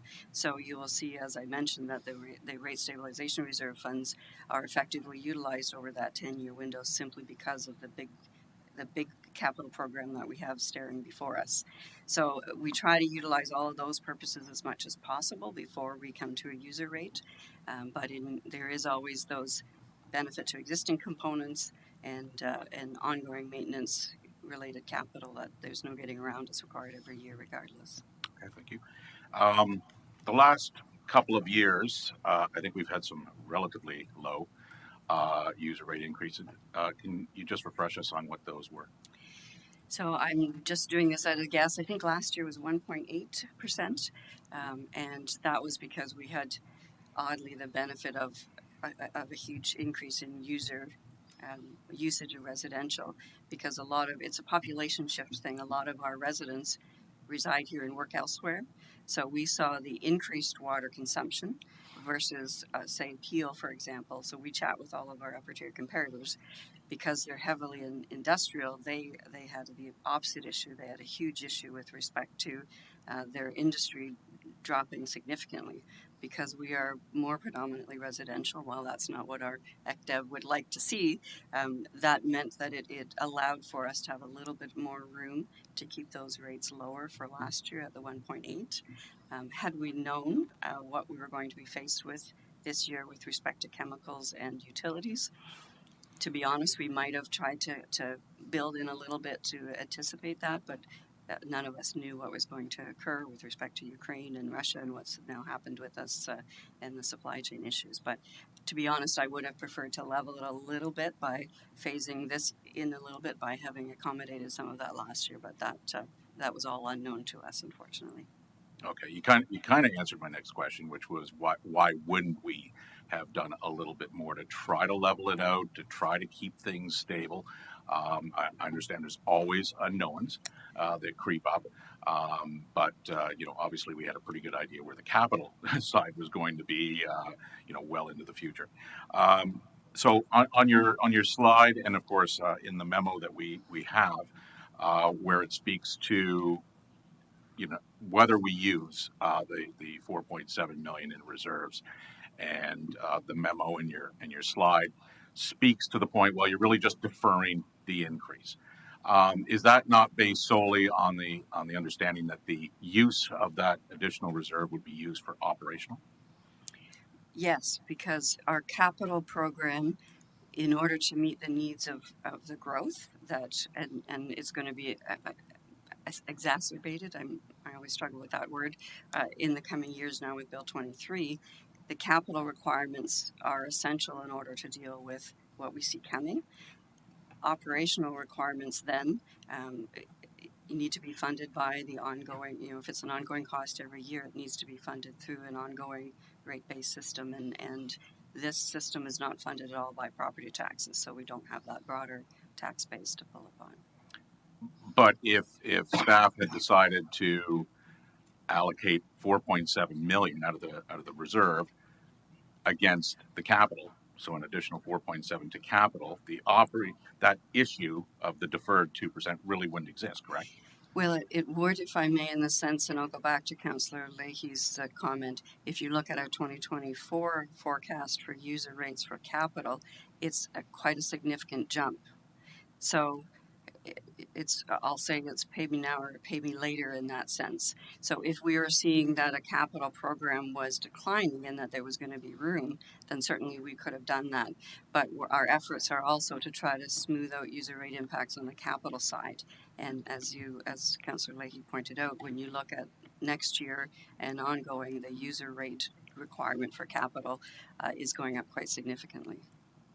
Right, but if we use 4.7 million to fund some of the capital this year, would it not just it's not like we're going to run out of the reserves, right? Your 10-year forecast still had a pretty healthy balance in that reserve by the end of the 10 years.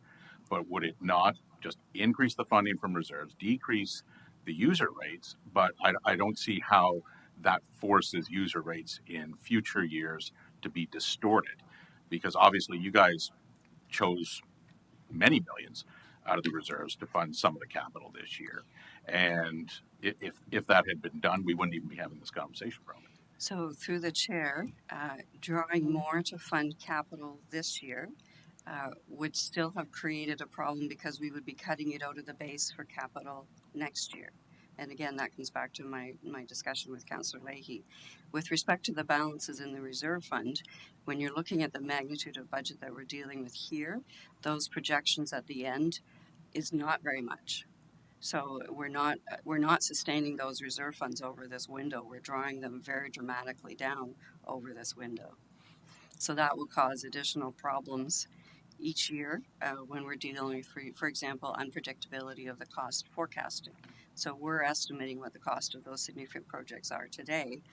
When we see you next year with a budget, we can only hope that our cost projections haven't changed dramatically with respect to capital. So we're trying to keep all of these factors in mind and trying to make sure that we're looking slightly longer term so that this committee then has the effort or ability to try to keep things fairly smooth over the coming years. It's going to be a very hard challenge in the next couple of years to do that. Okay, and just lastly, to confirm, the surplus, whatever it might end up being for 2022, will automatically go into the rate stabilization reserve? That's correct. And then it's available for those emergencies, or perhaps to offset the user rate impact next year on the growth in capital that we're seeing. Okay, thank you. You're welcome. Thank you for the presentation. I don't have anyone else on the speakers list, so we'll move to our next presentation, and then we'll get into the reports. Ms. Hector Alexander, Director of Diversity, Equity, and Inclusion in regards to the Durham Region Employee Census, and it's in regards to a report before us under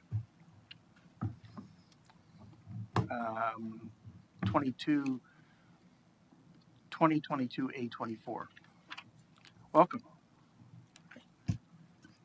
Thank you and good morning, everyone. Thank you for the opportunity to report back to this group on the Durham Employee Census. Next slide, please. And so why did we complete the Durham Employee Census? What questions did we want to ask? What were we looking to measure? The census was looking at capturing information about the demographic makeup of Durham Region's employees. And we also wanted to get a sense of people's feelings of inclusion. And by inclusion, we were looking at how do people feel when they come into work? Do they feel seen? Do they feel heard? Do they feel valued? And do they feel that they can bring their whole selves? And when we say whole selves, we're speaking to identities of race and gender and age and ability and Indigenous ancestry. Next slide, please.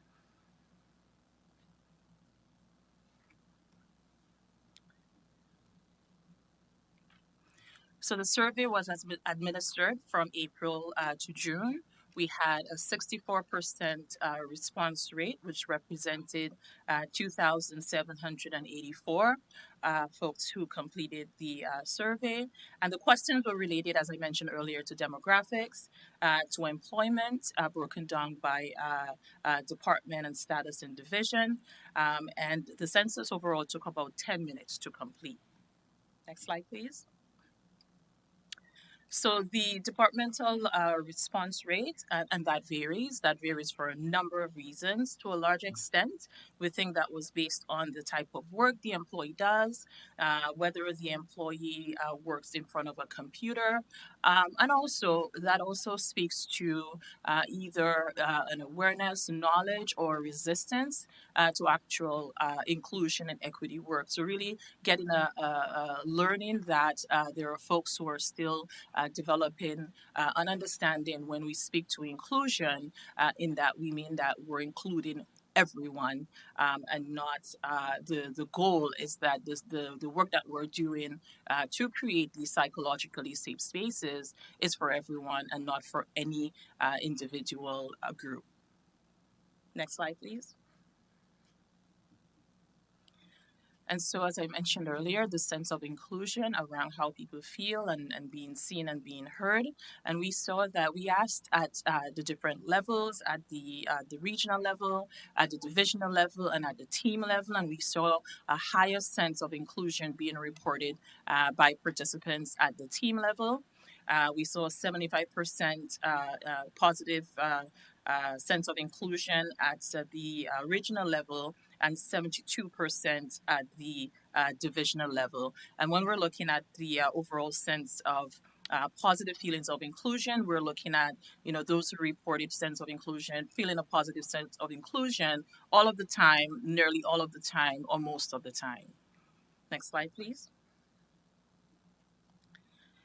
So as we know from the latest Statistics Canada census data that has been slowly being shared with us these last few months, Durham Region is growing at a rapid pace, and an increasing number of racialized and immigrant families are choosing to call Durham home.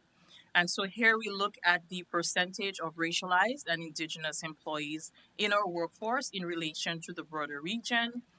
We see that racialized staff are underrepresented in our workforce. Indigenous peoples reported slightly lower feelings of inclusion than white employees, and of the 83 Indigenous respondents who participated, only 46% reported a high feeling of inclusion. And so that is all the time, nearly all of the time, compared with 70% of all white employees. We also see that racialized employees reported lower overall feelings of inclusion, and only 41% reported feeling included all of the time or nearly all of the time. Next slide, please. So similarly, we can also compare the percentage of employees in our workforce that identify as immigrants to the broader region. We also know that the stats recently shared from the census continue to see the trajectory or the increase of immigrants and immigrants who will be coming and calling Durham home. And so the percentage of employees in our workforce who identify as immigrants to the broader region, we can see that immigrants are also underrepresented in our workforce. So overall, the feelings of inclusion was similar for immigrants versus the total survey respondents. Next slide, please. So we also asked a question around age. And as the slide shows, the largest proportion of survey respondents were between the ages of 35 and 44 years, which represents 28% of respondents, and 45 to 54 years, which represents 27% of respondents. A small proportion of those aged 55 years and over, which is 20%, signifying that about 20% of Durham Region's workforce may be eligible to retire in the coming decade. And a similar amount are under the age of 35 years, which represents 21%. So the census shows us that those in the older, more mature, and younger age groups are less likely to feel included in the workplace, and that may be for a number of different reasons. Next slide, please. So this slide shows us the respondents who identify as racialized, Indigenous, and white, and the years of service. One of the things that we're seeing in this slide is that there's more diversity among recent hires. And again, that could be for a number of different reasons as we prioritize and we promote diversity, equity, and inclusion. It could be given the global events that we have experienced in the last few years. And it could be as the region continues to be intentional in ensuring that we're creating welcoming and spaces where people feel that sense of inclusion. Next slide, please. And this is one of the areas that we have spent quite a bit of time and as a region having conversations around disability. And so one of the pieces that stood out for us was that 21% of respondents at the region reported having a disability. And also, I think this is an area that we will definitely be spending time around initiatives, around programming, around accommodations. And again, as I said, more so given global events, given the pandemic. Of the 21% who reported having a disability, mental health was the largest group at 11%. Right. And again, I want you to consider what we've all experienced these last few years, and all the other complex issues that come with the experience of the pandemic, from isolation to the presenting of new diagnoses to just a number of different layers that we have to think about. Of the 563 employees who identified as having a disability, 88% said the disability was invisible.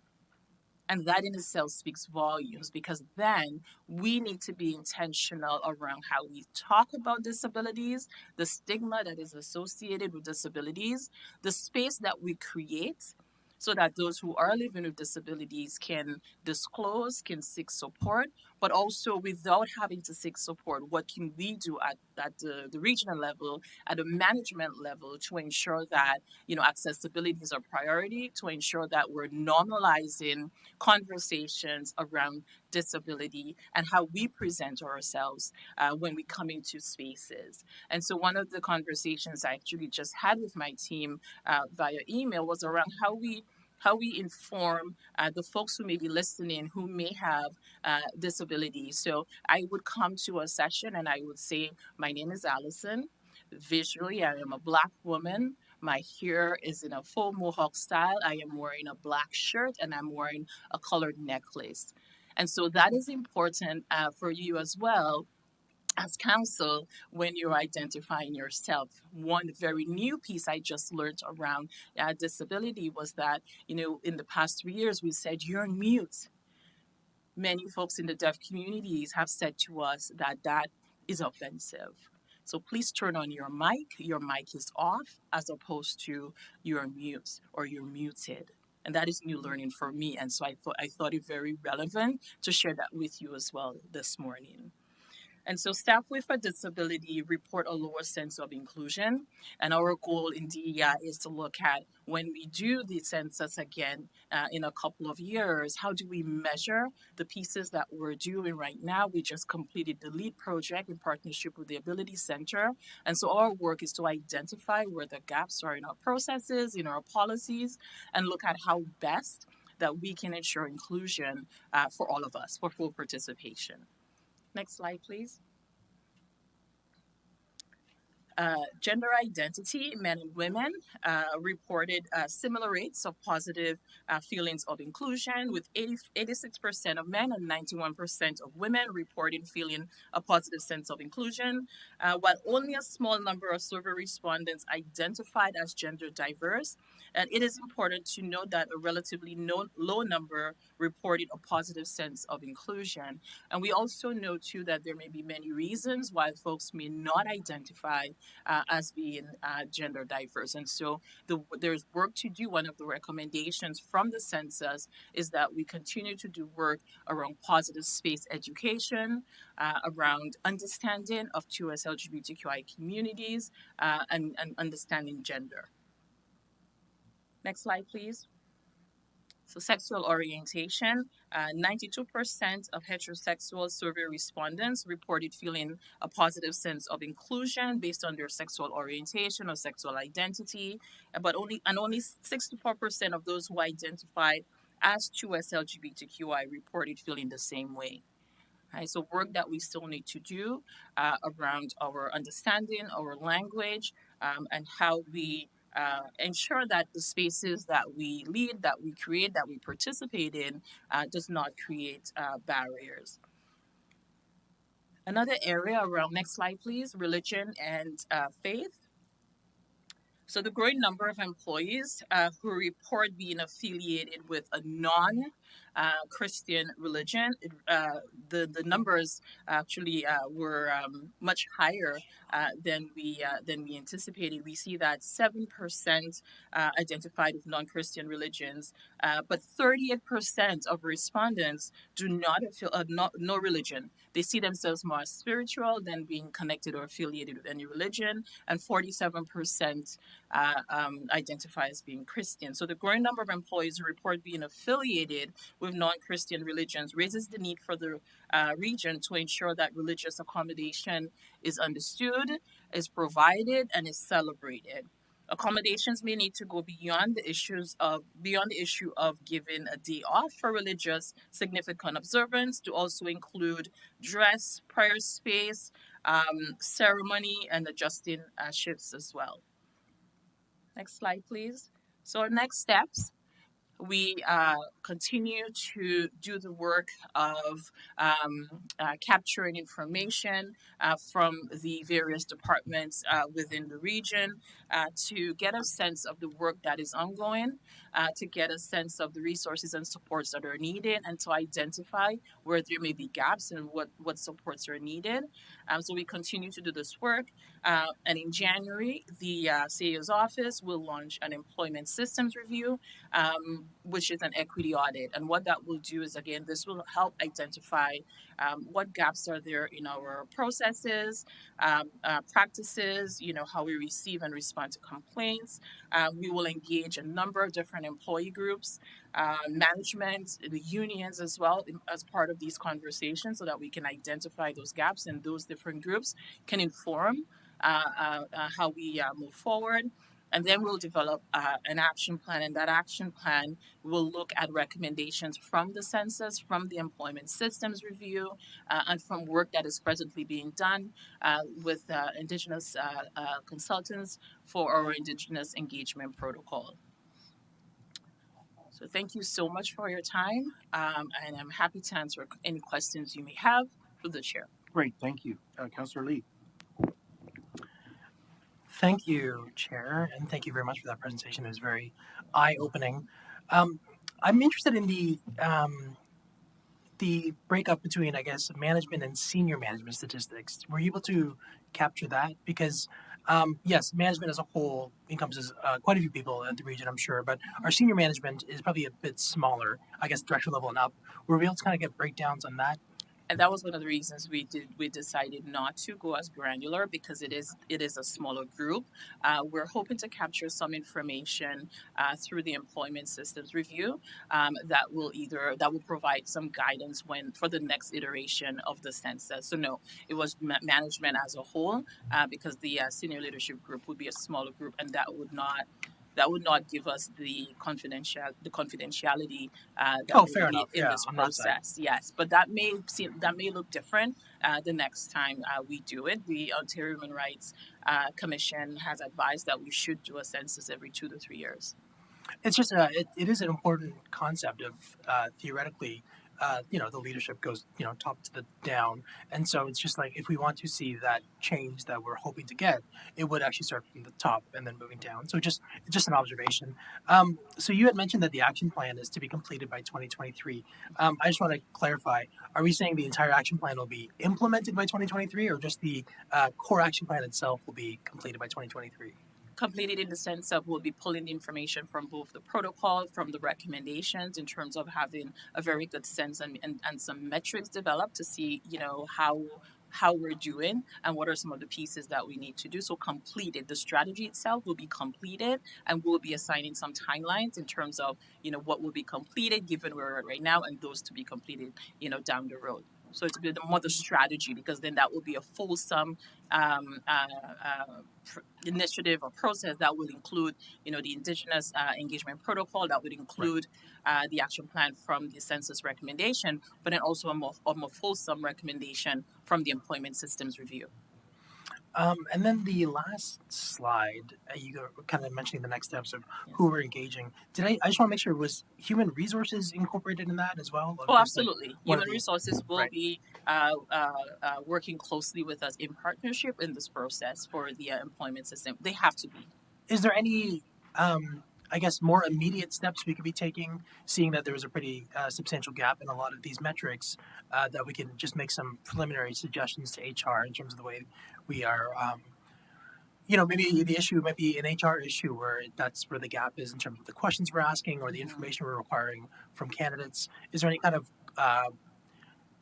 informal, quick steps we can make to HR? Absolutely. DEI works very closely with HR, and so we have ongoing conversations around some of the immediate pieces, sometimes more in an informal conversation, but we do meet regularly. We have standing meetings where we have these conversations that, oh, this was brought up, or here's something that, we noticed, or something that was brought to our attention, or just the lens that we're applying now as new pieces, or we are exposed to new policies. It's like, oh, okay, so maybe this is a conversation that we need to have. So we do have these ongoing conversations right now between DEI and HR around some of these pieces. So yes, it's ongoing. Perfect. Yes. Thank you for answering all the questions. Thank you, Chair. Madam CEO. Yes, thank you. Thank you, Allison. Excellent presentation. I just wanted to add that I've also asked each department head to pull together a working group within their department to look at some of the specific issues that they could address in the short term while we're going through the employment systems review. So it's by no means a wait and see what the results are. We're expecting action immediately and then further action once we complete the strategy. Councillor Garon. How do I say it, Bruce? Garon. Okay. Go ahead. He turned it off. There you go. There we go. Okay, thanks. Yeah, so it's Garrett. Never heard it with an N on the end of it, but I've Well, heard that's lots of pretty good. iterations of it. But thank you. Through you, Chair, and thank you for the presentation. I really enjoy these presentations because each time I hear something similar to this, it helps me identify internal biases, helps me also be more aware of the comment about being careful what we say as far as you're on mute. Those type of things are really helpful, so thank you for that. I just have one question. The transformation of council and of staff is going to be a long journey, unquestionably. Just wanted to see if you have any plans in place as far as, I'll say, engaging students, any gender, any background, to encourage them to look for life either in a career within public service and even ultimately on to local and regional council. Mm-hmm. Yes, thank you for the question. We have been very intentional in ensuring a lens that the region is open to community. So that has been one of my goals since I've started in this role, is that for community to come to this space and see it as their space. And that has been the reason why we've hosted a number of events here on regional space here. I've also been working, and if you're not familiar with my background, I come from higher education. So education is also always at the core of the work that I do. And so right now we have a number of City Studio projects through DEI and through the City Studio initiative, where we're working with students either at Trent University, Ontario Tech, or Durham College. About 2 weeks ago, we held a community listening circle here at the region at the lower level, where we invited students in the journalism program at Durham College to interview community members who are doing grassroots DEI work. And we wanted them to have an opportunity to understand how to actually report news that impact different marginalized communities. And how do we tell the stories, the lens that we're using, the bias that we're coming with when we're telling the stories, and how do we circle back to ensure that we've captured the information and we've captured the story of the person. And I will tell you, I walked into the room and I felt so much pride and so much joy to see students just moving around, setting up the space, owning the space and taking up space. And that is part of our DI work as well, is that how do we empower and how do we support staff who historically have not felt that they can take up space to take up space. So students are part of that. I see it as succession planning. I see it as how do we ensure that we say, come and understand and learn about regional government, because you too can participate, and that you may hear many stories and many narratives around people who may look like, whether it's someone of any gender or race or socioeconomic status or family status, but you too have every right to be here as anyone else. So some work that we're hoping to do in the new year is to start to think of how we engage with you as councils to talk about your own journeys with racialized and women and gender diverse folks who have been thinking of participating, in municipal government, but maybe have not felt welcome to do so. So yes, there are plans, there are conversations that we're having with other municipalities around how do we do that? How do we see municipal government for everyone? Appreciate that. And certainly we see advertising to encourage students to go into the trades, trying to not direct people away from something they might otherwise be doing if they're focused on private sector, but there are lots of opportunities. And whether you end up being a member of council or endless opportunities within the public sector on a working level or working through levels of management, certainly those opportunities are there, significant opportunities and good paying jobs. So I applaud you for moving people in that direction or encouraging them that way. And that's all I was going to add. So thank you, Chair. Thank you. Thank you. Councilor McDougall? Thank you, Mr. Chair, and thank you for this presentation. That was a kind of a lead into a question I had. Did you include councillors in the survey? No, we did not, and that is a conversation that we did have because it was our first, well, not the first census, but at this level to this extent, we had that conversation, and we contemplated back and forth if we were to do something along those lines. We did think that as we go through the employment systems review and we hear more from staff, we'll have more conversations and do a bit more research as to and have conversations with you around do you see the value in participating in the census? Yes, we will come to you to ask. And then a follow-up question I have to that is in terms of diversity and looking at the staff breakdown, there's a large number of staff that are over 55, so they're 55 to 65. It's a 1 to 5 percentage. I know outside of public sector, it's quite common for professionals to work well into say their 70s because that's an option for them, usually being self-employed, etc. Do we find any sorts of ageism as a possible division amongst staff as they get older? Is it feel like I'm not available for promotions, or maybe it's not my place here anymore? So that was we did not go as granular in terms of the reasons. We have some narratives of folks who decided to share with us, but in terms of age, those were the two areas: the younger folks or those who were above 55 who had lower sense feelings of inclusion here at work. And so that is for us to dig in a little bit further to get a better sense as to the why and what do we like, how do we do that? And a lot of it is around the culture that we build within the teams and the departments, right? Like, how are we talking about folks who are more mature? I don't like to use old. How are we talking about folks who are more mature? How are we being intentional in how we include them?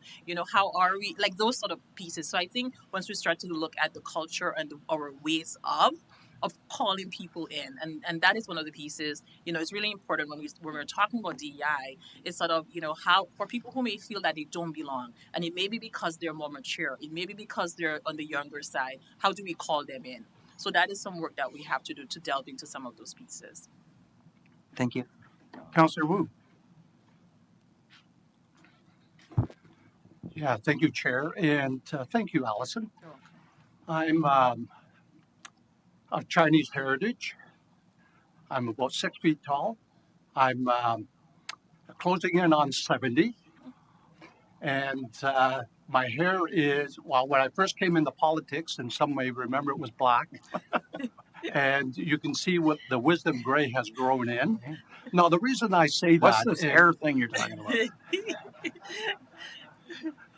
So part and parcel of the conversation I heard from my fellow colleagues on committee here, I represent, and I'm very proud to be of Chinese heritage, and being on this committee and this council, whether it be here or at Clarington, to show the diversity that we do have in council. Getting back to my hair, the wisdom. But if I can, going back to your report here, and you have survey respondents, 46 prefer not to answer, 745.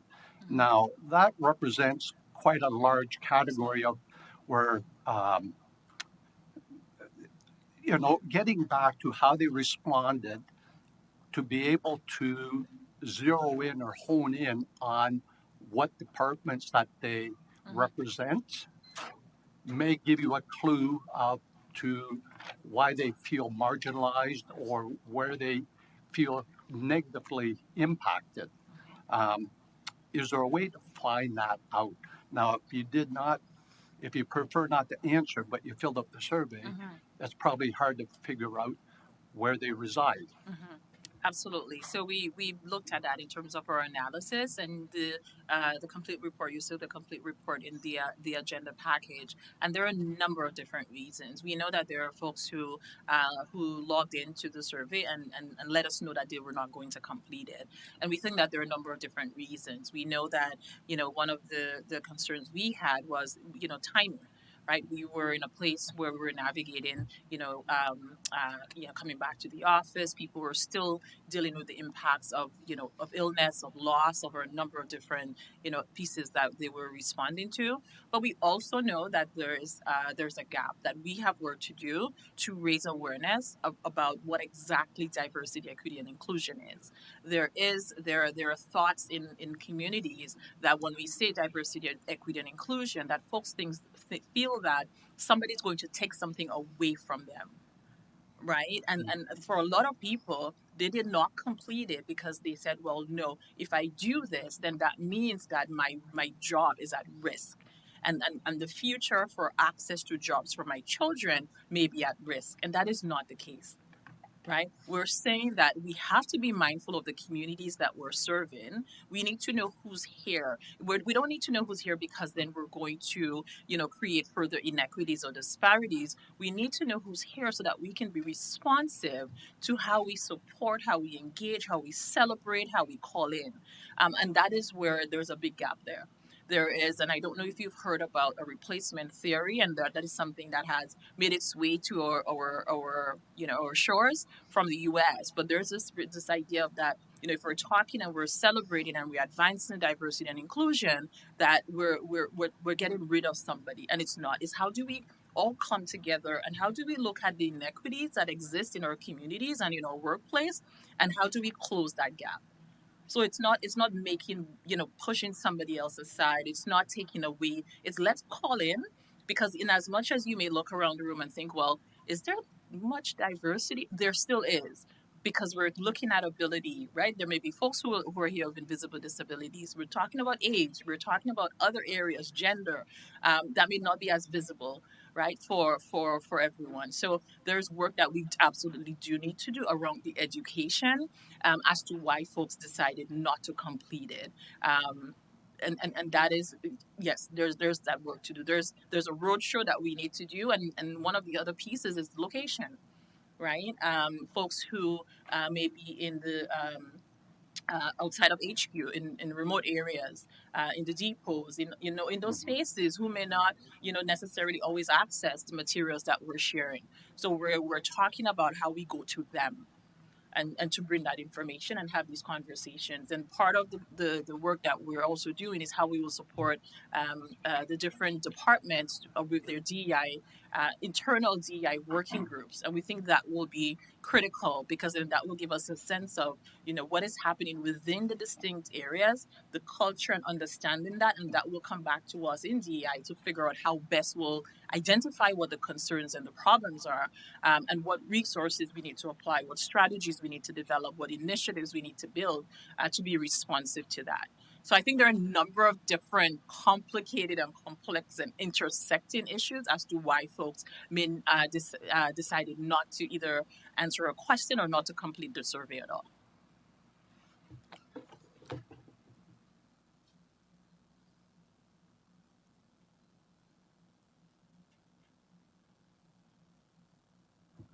Okay, there it is. Just one last one, and it's probably, and if I could ask, joint effort amongst all departments, but certainly with our what corporate services. What's the new name? Still corporate services. Okay, and your department. Just curious. Yesterday, I asked the clerk, because I was looking at her agenda, because I have not been on council for the last term. That's 4 years. And I think things have changed. And I noticed their agendas, reference is made to maybe delegates or whoever. And I was used to seeing Mr. or Ms. or Mrs. And I see first names now, or maybe an initial and a last name or a last name. So I see changes in that respect, not to, I guess, I don't know what the term is, to, Misgender? yeah, the pronouns that were used in the past to, I guess, be more inclusive. Can I use that term?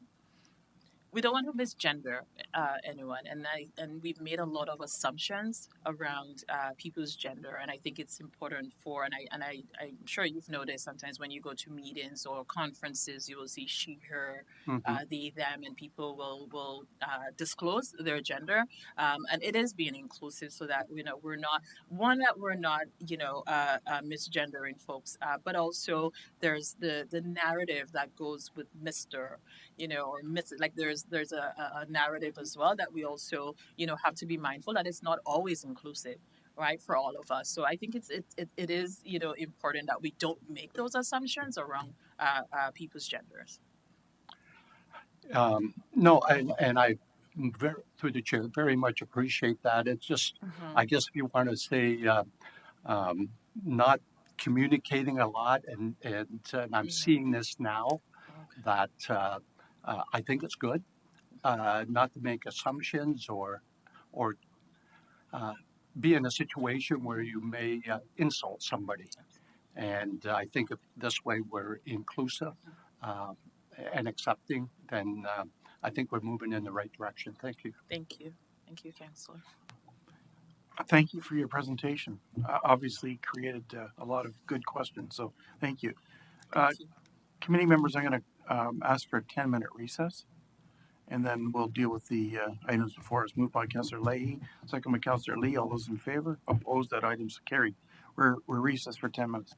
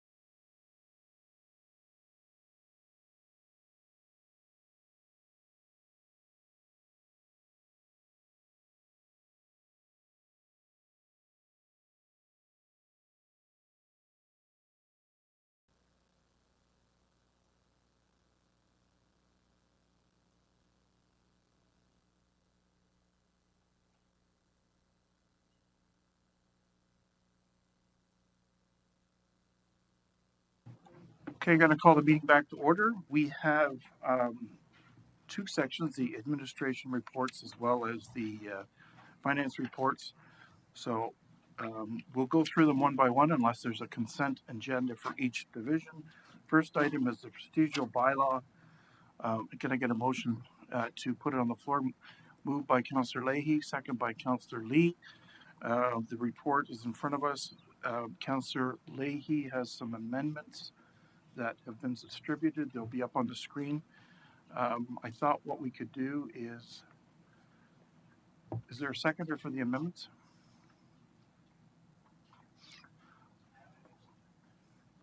Oh, sorry, I have them in front of us. Okay, they are the amendments are as follows. They are the procedural bylaws with the following amendments. Motion to reconsiders are permitted after 12 months. Number 2, delegation extensions be permitted by a simple majority for 2 minutes. And third, members of the public who wish to address council be permitted to delegate at the council if they delegate at committee first. So it's moved by Councillor Leahy. Do I have a seconder? Councillor Schumer. Motion to divide. Moved by Councillor Leahy and second by Councillor Lee. Debate. Councillor Leahy. Sorry, I was going to ask for questions, but we're already in the debate, so go ahead.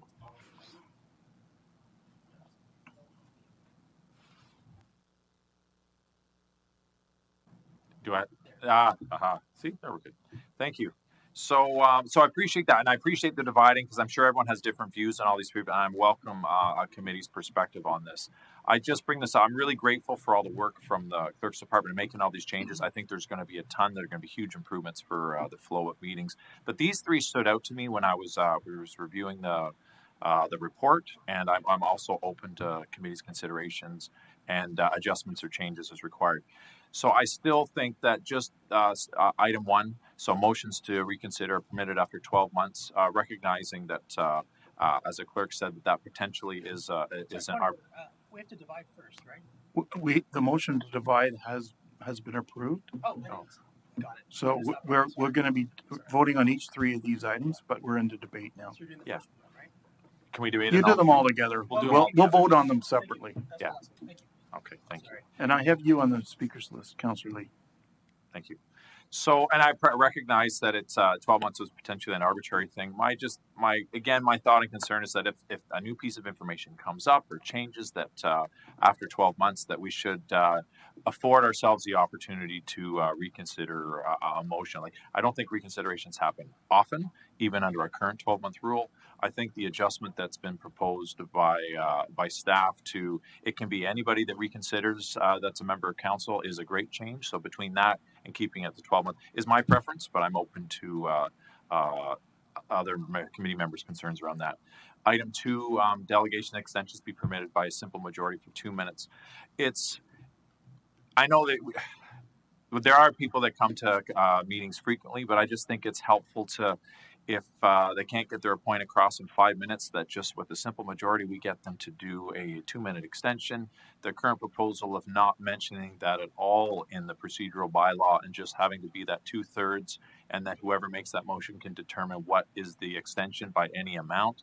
To me, that just leaves the door open a little bit.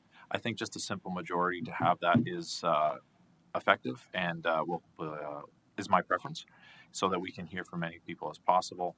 And then the third one, again, the other one that stood out to me and open to committee's concerns or comments or adjustments, is that members of the public who wish to address council be permitted to delegate at council if they delegate at committee first. And there's a couple of reasons for this. So one, just to try and make sure that we're trying to listen to residents as much as possible, recognizing that most of the work is done by committee. You're only addressing a quarter of council when you're at committee. You have that opportunity as a resident to want to address all members of council so that you can lobby and hear from all members of council for your position. And there is the restriction that you have to be at committee first before you can go to council. So it's not like we're opening the floodgates. And yes, sometimes there were definitely delegations, but I find at the region we have way less delegations than that we have at the local level, and I don't find that it was that onerous to try and listen to as many people as possible. So that's my background. Again, Happy to follow the will of committee, but those are my preferences, open to discussion, and that's where I was hoping we would make these 3 adjustments. Thank you. Councillor Lee? Thank you, Chair. Through the chair to, I guess, staff. How many motions were reconsidered last term, for example? Through you, Mr. Chair, I don't have that number offhand, but I can certainly get it for the committee. Were there within the calendar year, though, or for example, do you recall if there were any at all? Off the top of my head, no, but I'm looking to the CAO, who seems to have better memory than I do. There were a couple that came up in the election periods, specific to the water going to That's within right. a meter of the house, and then the issue around the pilot roads project in Clarington, which did get revisited but proceeded. Great. So on the first one, I'm not sure I can support that. I do agree with staff that there is a mechanism to reconsider it. Just it would take 2/3, if I'm not mistaken, correct? And I ultimately, if new information is provided, as Councillor Leahy's suggesting, then ultimately we would all be privy to that information. And if it is worth revisiting, then it's not a far stretch to get 2/3 of us. And point number 3, I do think to a degree, a lot of thought went into the composition of these committees, as well as people, representing our broader communities. Delegates, so to speak, still have the ability to correspond with us through correspondence, through private meetings. I'm not sure a 5-minute delegation to the group of us would be enough to really sway anything. There are many mechanisms which are already built in place to address us. And so as a result, I'm not sure I can support either of these 3. So I'll just give my 2 cents. Thank you. Councillor Wu? You're on. Yeah, through the chair and to our clerk. Now, I take this as a change to what is already proposed. Is it in the report R under motions number 3? Clerk? I think the proposal is that you can't go to both committee and council. You can go to committee and then you can go to council only if it's a direct to council. That was the recommendation from staff. Okay, I'm looking at this as changing what has been written. That's correct. This is an amendment to the proposal by staff. Through you, Mr. Chair, if I can just offer a clarification. So with respect to amendment number 1, it would be to restore the current 1-year requirement for reconsideration. Staff are proposing that we move it to a full term. Okay, and then there's the additional preamble to that, correct? Correct. We're also proposing that that a motion to reconsider could be moved by any member, whereas currently it must be moved or seconded by a member that voted in the majority on the original motion. Okay, so if I tend to the mover, did you want it just strictly motion to reconsider permitted after 12 months? It's pretty straightforward. There's a lot of preamble to that. Yeah, no, my hope was to keep all of the rest of the preamble, just to make that one change, go from term to 12 months and keep all of the other preamble that staff are suggesting. Okay, thank you. Okay, there's no further debate. I'm going to call, Councillor McDougall. You're having a heck of a time with that mic, aren't you? Oh, we got it now. Thank Okay, you, Chair. Question to staff on bullet number 3 or number 3 of this. The public who wish to address the council be permitted to delegate to council if they delegate to committee first. Is that if directed by committee to delegate to council, or is that they can do 1 and then 2? Through you, Mr. Chair, our proposal is that they would delegate to committee, and the only times that delegations would be taken by council would be if a matter proceeded directly to council without first going through committee. And further, could committee instruct that the delegate should be delegating as council to council as well? Through you, Mr. Chair, if committee referred the matter and delegation to council, I think in those circumstances we would address that delegation at council. So that would be an option for a delegation if we felt came to committee that we could refer them to council to say you should be presenting this to the council committee of the whole. In those cases, I think that would be an appropriate motion that could be made by committee. Okay, and then further through you, Mr. Chair. So the clarification on number 3 is currently right now they cannot delegate to council unless they come to committee first. So I think I would like to leave it that way. On delegation number 2, on point number 2, delegation extensions may be permitted by a simple majority by 2 minutes. That would require us all to vote prior to extending the delegation, correct? Through you, Mr. Chair, that's correct. And right now, There's a provision in the proposal that would allow for the extension under our current rules by a 2/3 majority. So it'll be waiving the rules to go longer than 5 minutes, and it would require a 2/3 majority. That's the proposal from staff. The proposal from Mr. Leahy, or Councillor Leahy, is that delegations be permitted for an extension by simple majority. okay, thank you, Mr. Chair, for that clarification. So it takes time to take the vote to extend by 2 minutes, to then perhaps take the vote and extend by another 2 minutes if possible. I think I'd support the 2/3 majority for however time we feel necessary. Thank you. Thank you. Any other debate? Okay, I'm going to call the questions one by one. The amendments to the staff proposal. Motion number 1 is to keep the preamble as outlined by Councillor Wu and to allow reconsiderations after 12 months. I'm going to use a hand vote. All those in favor of that? Opposed? That item is carried. Amendment number 2, delegations extensions be permitted by a simple majority for 2 minutes on a simple majority. I'm going to call the question on that. All those in favor? Opposed? That's defeated. So that means the staff proposal is the motion moving forward, unless it's further amended as we go through this process. And the third amendment, as proposed by Councillor Leahy, is that members of the public who wish to address council will be permitted to delegate at council if they delegate at committee first. Again, to clarify, the proposal by staff is that it's one shot unless the item has not been to committee. They can delegate at council. It's further clarified from Councillor McDougall that committee can request it be sent to council, and I guess not written in there, but there would be an understanding that there'd be leniency to that request because it's coming from council committee. So I hope everyone understands my blurb. I'm going to call the question. All those in favor? All those opposed? That item's defeated.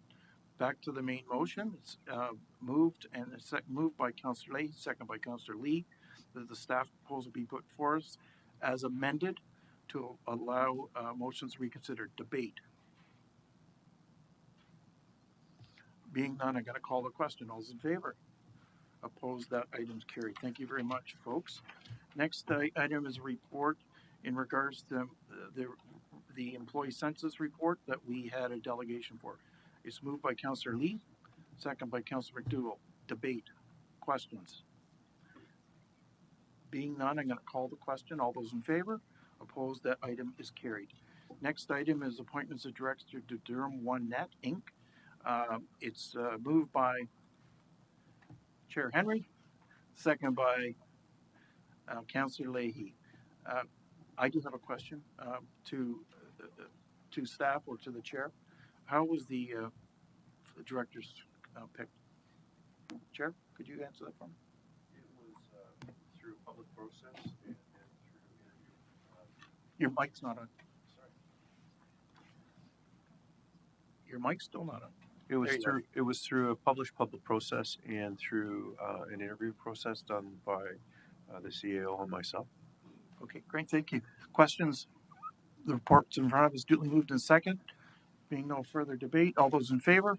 Opposed? That item is carried. Finance correspondence recommended to move to the consideration of the report, moved by Councillor Wu, second by Councillor Lee. All those in favor? Opposed? That item is carried. Report on finance, temporary boring bylaw, report 2022 F20. Moved by Councillor Wu, second by Councillor Leahy. Questions, comments, debate? Being none, all those in favor? Opposed? That item is carried. Next item, F 2022 F21 interim regional property tax levy, moved by Councillor Leahy, second by Councillor Guerin. Uh, did I screw it again? What? Okay, sorry. It's an easy name too. It's not like Baron Petrie or whatever. Like, my apologies. It's duly moved and seconded. Questions, comments, or debate? Being none, all those in favor, opposed, that item is carried. Next item is the approval of the business plans for budget and 9-year capital report 2022 F22. Moved and seconded. Moved by Councillor Lee, seconded by Councillor McDougall. Questions, comments, debate? Being none, I'm going to call the question. All those in favor? Yep, go ahead. Councillor Leahy. So again, so just this is the full recommendation of the 4.3. No. This is the business plan. We're doing the rates next. Oh, rates is now. I'm sorry, I'm on the wrong report. Just Okay, clarify. that's fine. Just make sure I know what I'm voting on. Thanks. Okay. This is to approve the business plans and budget 9-year capital. It's duly moved and seconded. All those in favor? Opposed? That item's carried. Next item is 2022 F23 recommendation in regards to water and sewer rates and the referral of the memorandum from the Works Committee. From the Commissioner in regards to request from the Works Committee. So that item has been referred to this report. Motion and second would be in order. Staff recommendation. Motion would be in order. Moved by Councillor McDougall, second by Councillor Lee. Debate. Councillor Lee had a question? Sorry, Councillor Leahy, you had a question? All right, just so again for clarity, this is what's on the floor. We're not following what's in the recommendation to borrow from reserves to lower the rate.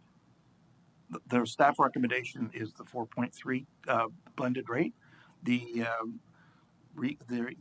memo is referred to for the consideration, but the motion that's being brought forward is the staff recommendation. It's duly moved and seconded, although I can entertain an amendment to that if you want. Okay, no, that's perfect. That's my Any other further debate? Councillor Schumer.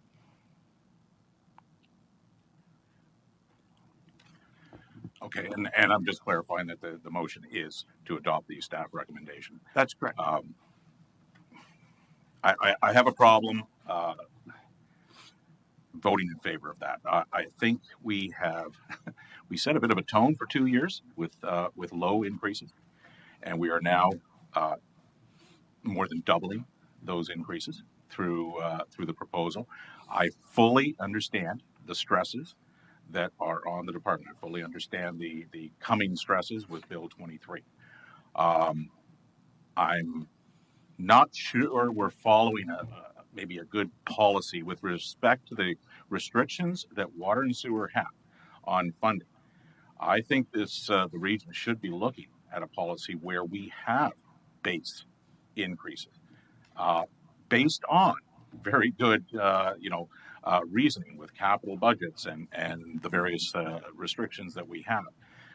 I'm sure everybody patted themselves on the back the last couple of years with nice low increases. But just as the report says, now it's going to catch up to you. So we've punished ourselves after patting ourselves on the back for low increases for 2 years. And I think I'm not comfortable with it. I think we've got to do something to bring in policy where we have a base level. So even if things are looking good, even if there's a surplus, we say, look, we're going to keep it at least at this level so that we can fund these reserves, so that those reserves can help fund the capital and the issues that arise. I cannot support this going through at that kind of a rate increase, because that is more than double what we've been doing. And I didn't hear any good reasoning why we accepted low increases for the last couple of years and are now going through with a relatively high one. I know the dollar amount sounds low, but you can say that about a lot of things. You can say that, well, your bag of carrots is only costing you a little bit more each year. This is only costing you a little bit more, but they add up. And we have residents that are certainly struggling with every bill that comes into the household. So I can't support it at the 4.8%. It's blended at 4.3. 4.3. Not to put words in the commissioner's mouth, but you made a very good point, Councillor, about low before and high now, and I think the commissioner spoke to us getting back to a regular cadence in regards to people working from home and not, and that we enjoyed the benefit of more usage. I know being from Pickering, which is about to be a high growth area, and we have dramatic need for increased infrastructure. I'm as small C, perhaps as big C as anybody at this table, maybe with the exception of Councillor Lee. I don't like big increases either, but in the scheme of things, it is a user pay system. It's $46 a year, which I acknowledge Councillor Schumer's. It doesn't sound like a lot of money, but 4.3, a bill coming across everybody's kitchen table is a struggle for a number of people. I completely understand that, but I'm going to be supportive of the staff recommendation. It's duly moved and seconded. Any amendments or further debate? Sorry? Okay, Chair, sorry. Thank you, and Councillor Schumer, I absolutely respect what you're saying, and the challenges of the last 2 years on our organization and every other organization that delivers services in this country has been astronomical. Nobody could have understood the depths of COVID. Nobody would have known that the chemicals for our water plants went up 200%, that the cost of steel went up 37%, the cost of concrete was the same, the cost of piping is the same. The most important commodity of any of our assets is not the actual building, but the talent that runs it. And finding the talent and the shortage of people in the deal in this has been a huge problem. And going forward, I absolutely understand, but the last couple of years are unprecedented around the world, and the costs of everything have escalated. Supply chain problems, just simply ordering a part that would have been something that would have been in stock years ago can sometimes take 6, 7, 8 months. Trying to get utilities moved, trying to maintain our water treatment plants. And by the way, to remind members of council, you are governed under an act that says that if you don't put the money into the infrastructure of your water treatment plants and your wastewater plants, and you don't support that, you become liable for that separate. And the I forget the name of the act, but it's the Wastewater Act. I'll refer that. Commissioner Presta is still here. Through the chair, it's the Safe Drinking Water Act. The other challenge too is that we've got close to $15 billion worth of infrastructure that still needs to be maintained in all of our communities. And I remind everybody at the regional table, we're talking about all our 8 municipalities that need support, and the work still needs to go on. So if there was a way to fix this and to look back and realize that the world wouldn't be where it is today, I absolutely agree with you. Could we have set a rate that would have been consistent going forward from now till 20 years from now? Maybe we could have, and maybe we should have. But I think what we've learned is going forward, we have to prepare ourselves for the future. And this is maybe something we need to talk about, is about how do we set that number, but at the same time, we know that we have this cost. You put a pipe in the ground, it's like the roof on your house. There's a time where that pipe has to be replaced. And if you put a pump into a pumping station, you know that it's going to have to be replaced down the road. And how do we manage that in a different way? I think that's a good way for a conversation about all our regional assets and how we do that. But I understand the challenge with this, and I respect that. But I don't think anybody would have ever contemplated the challenges related to everything from COVID to the inability of products that come from Europe. And that is something we just can't change. So that's my comments, and excuse me for my rant for today, but I apologize, Mr. Chair, and thanks for the leniency. Thank you. Councillor McDougall? Debate? Yes, thank you, Mr. Chair. And to fully echo that, our grocery bill with 4 kids is over $500 a week now. And, we fully feel these costs. But, being in Canada, and the ability to turn on the tap and drink a glass of water at any time I want is invaluable. So I fully support what we need to do to maintain our infrastructure so that our water and sanitary system is working and functioning. And, you know, I mean, if I have to cancel the Disney subscription to make sure I can pay for this, then that's maybe what we'll have to do. Thank you. Councillor Wu. Yeah, thank you through the chair and to the Commissioner of Finance. You had mentioned during your delegation that the pipes that we have in the ground, they represent how much of our capital assets? So the pipes in the ground are assets for water sewers about 15 billion, and I want to say that was what in the 60% range of our assets. I think you said 65%. So that's quite an amount of infrastructure in the ground that, in addition to adding to that, we have to maintain. That's correct. Our asset management planning is very thorough when it comes to having to adjust to dealing with it. And I think within that, and through the chair to the Commissioner at Works, some of the areas that you're very proud of, no boil water advisory, and I'm going to use the term, the purity of the water that my fellow councillor from Port Perry says as soon as he turns on the tap, it's potable. Through the chair, I believe you were referencing our performance results. That's so right. yes, no boil water advisories on the municipal systems and no unplanned sewage bypasses in the water environment. And I guess when you look at the increase that we're looking at, whether you look at a percentage, 4.3, and what's that equate to $1 over the course of the year? Approximately $46 per year for an average resident. Okay, thank you. Okay, there's no further debate. I'm going to call the question by simple vote. All those in favor? Opposed? That item is carried. There's no advisory committee resolutions. There's no confidential items. Any other business? Being done, a motion to adjourn would be in order. Moved by Councillor Leahy, second by Councillor Lee. All those in favor? Opposed? That item is carried. Thank you. We'll see everybody tomorrow.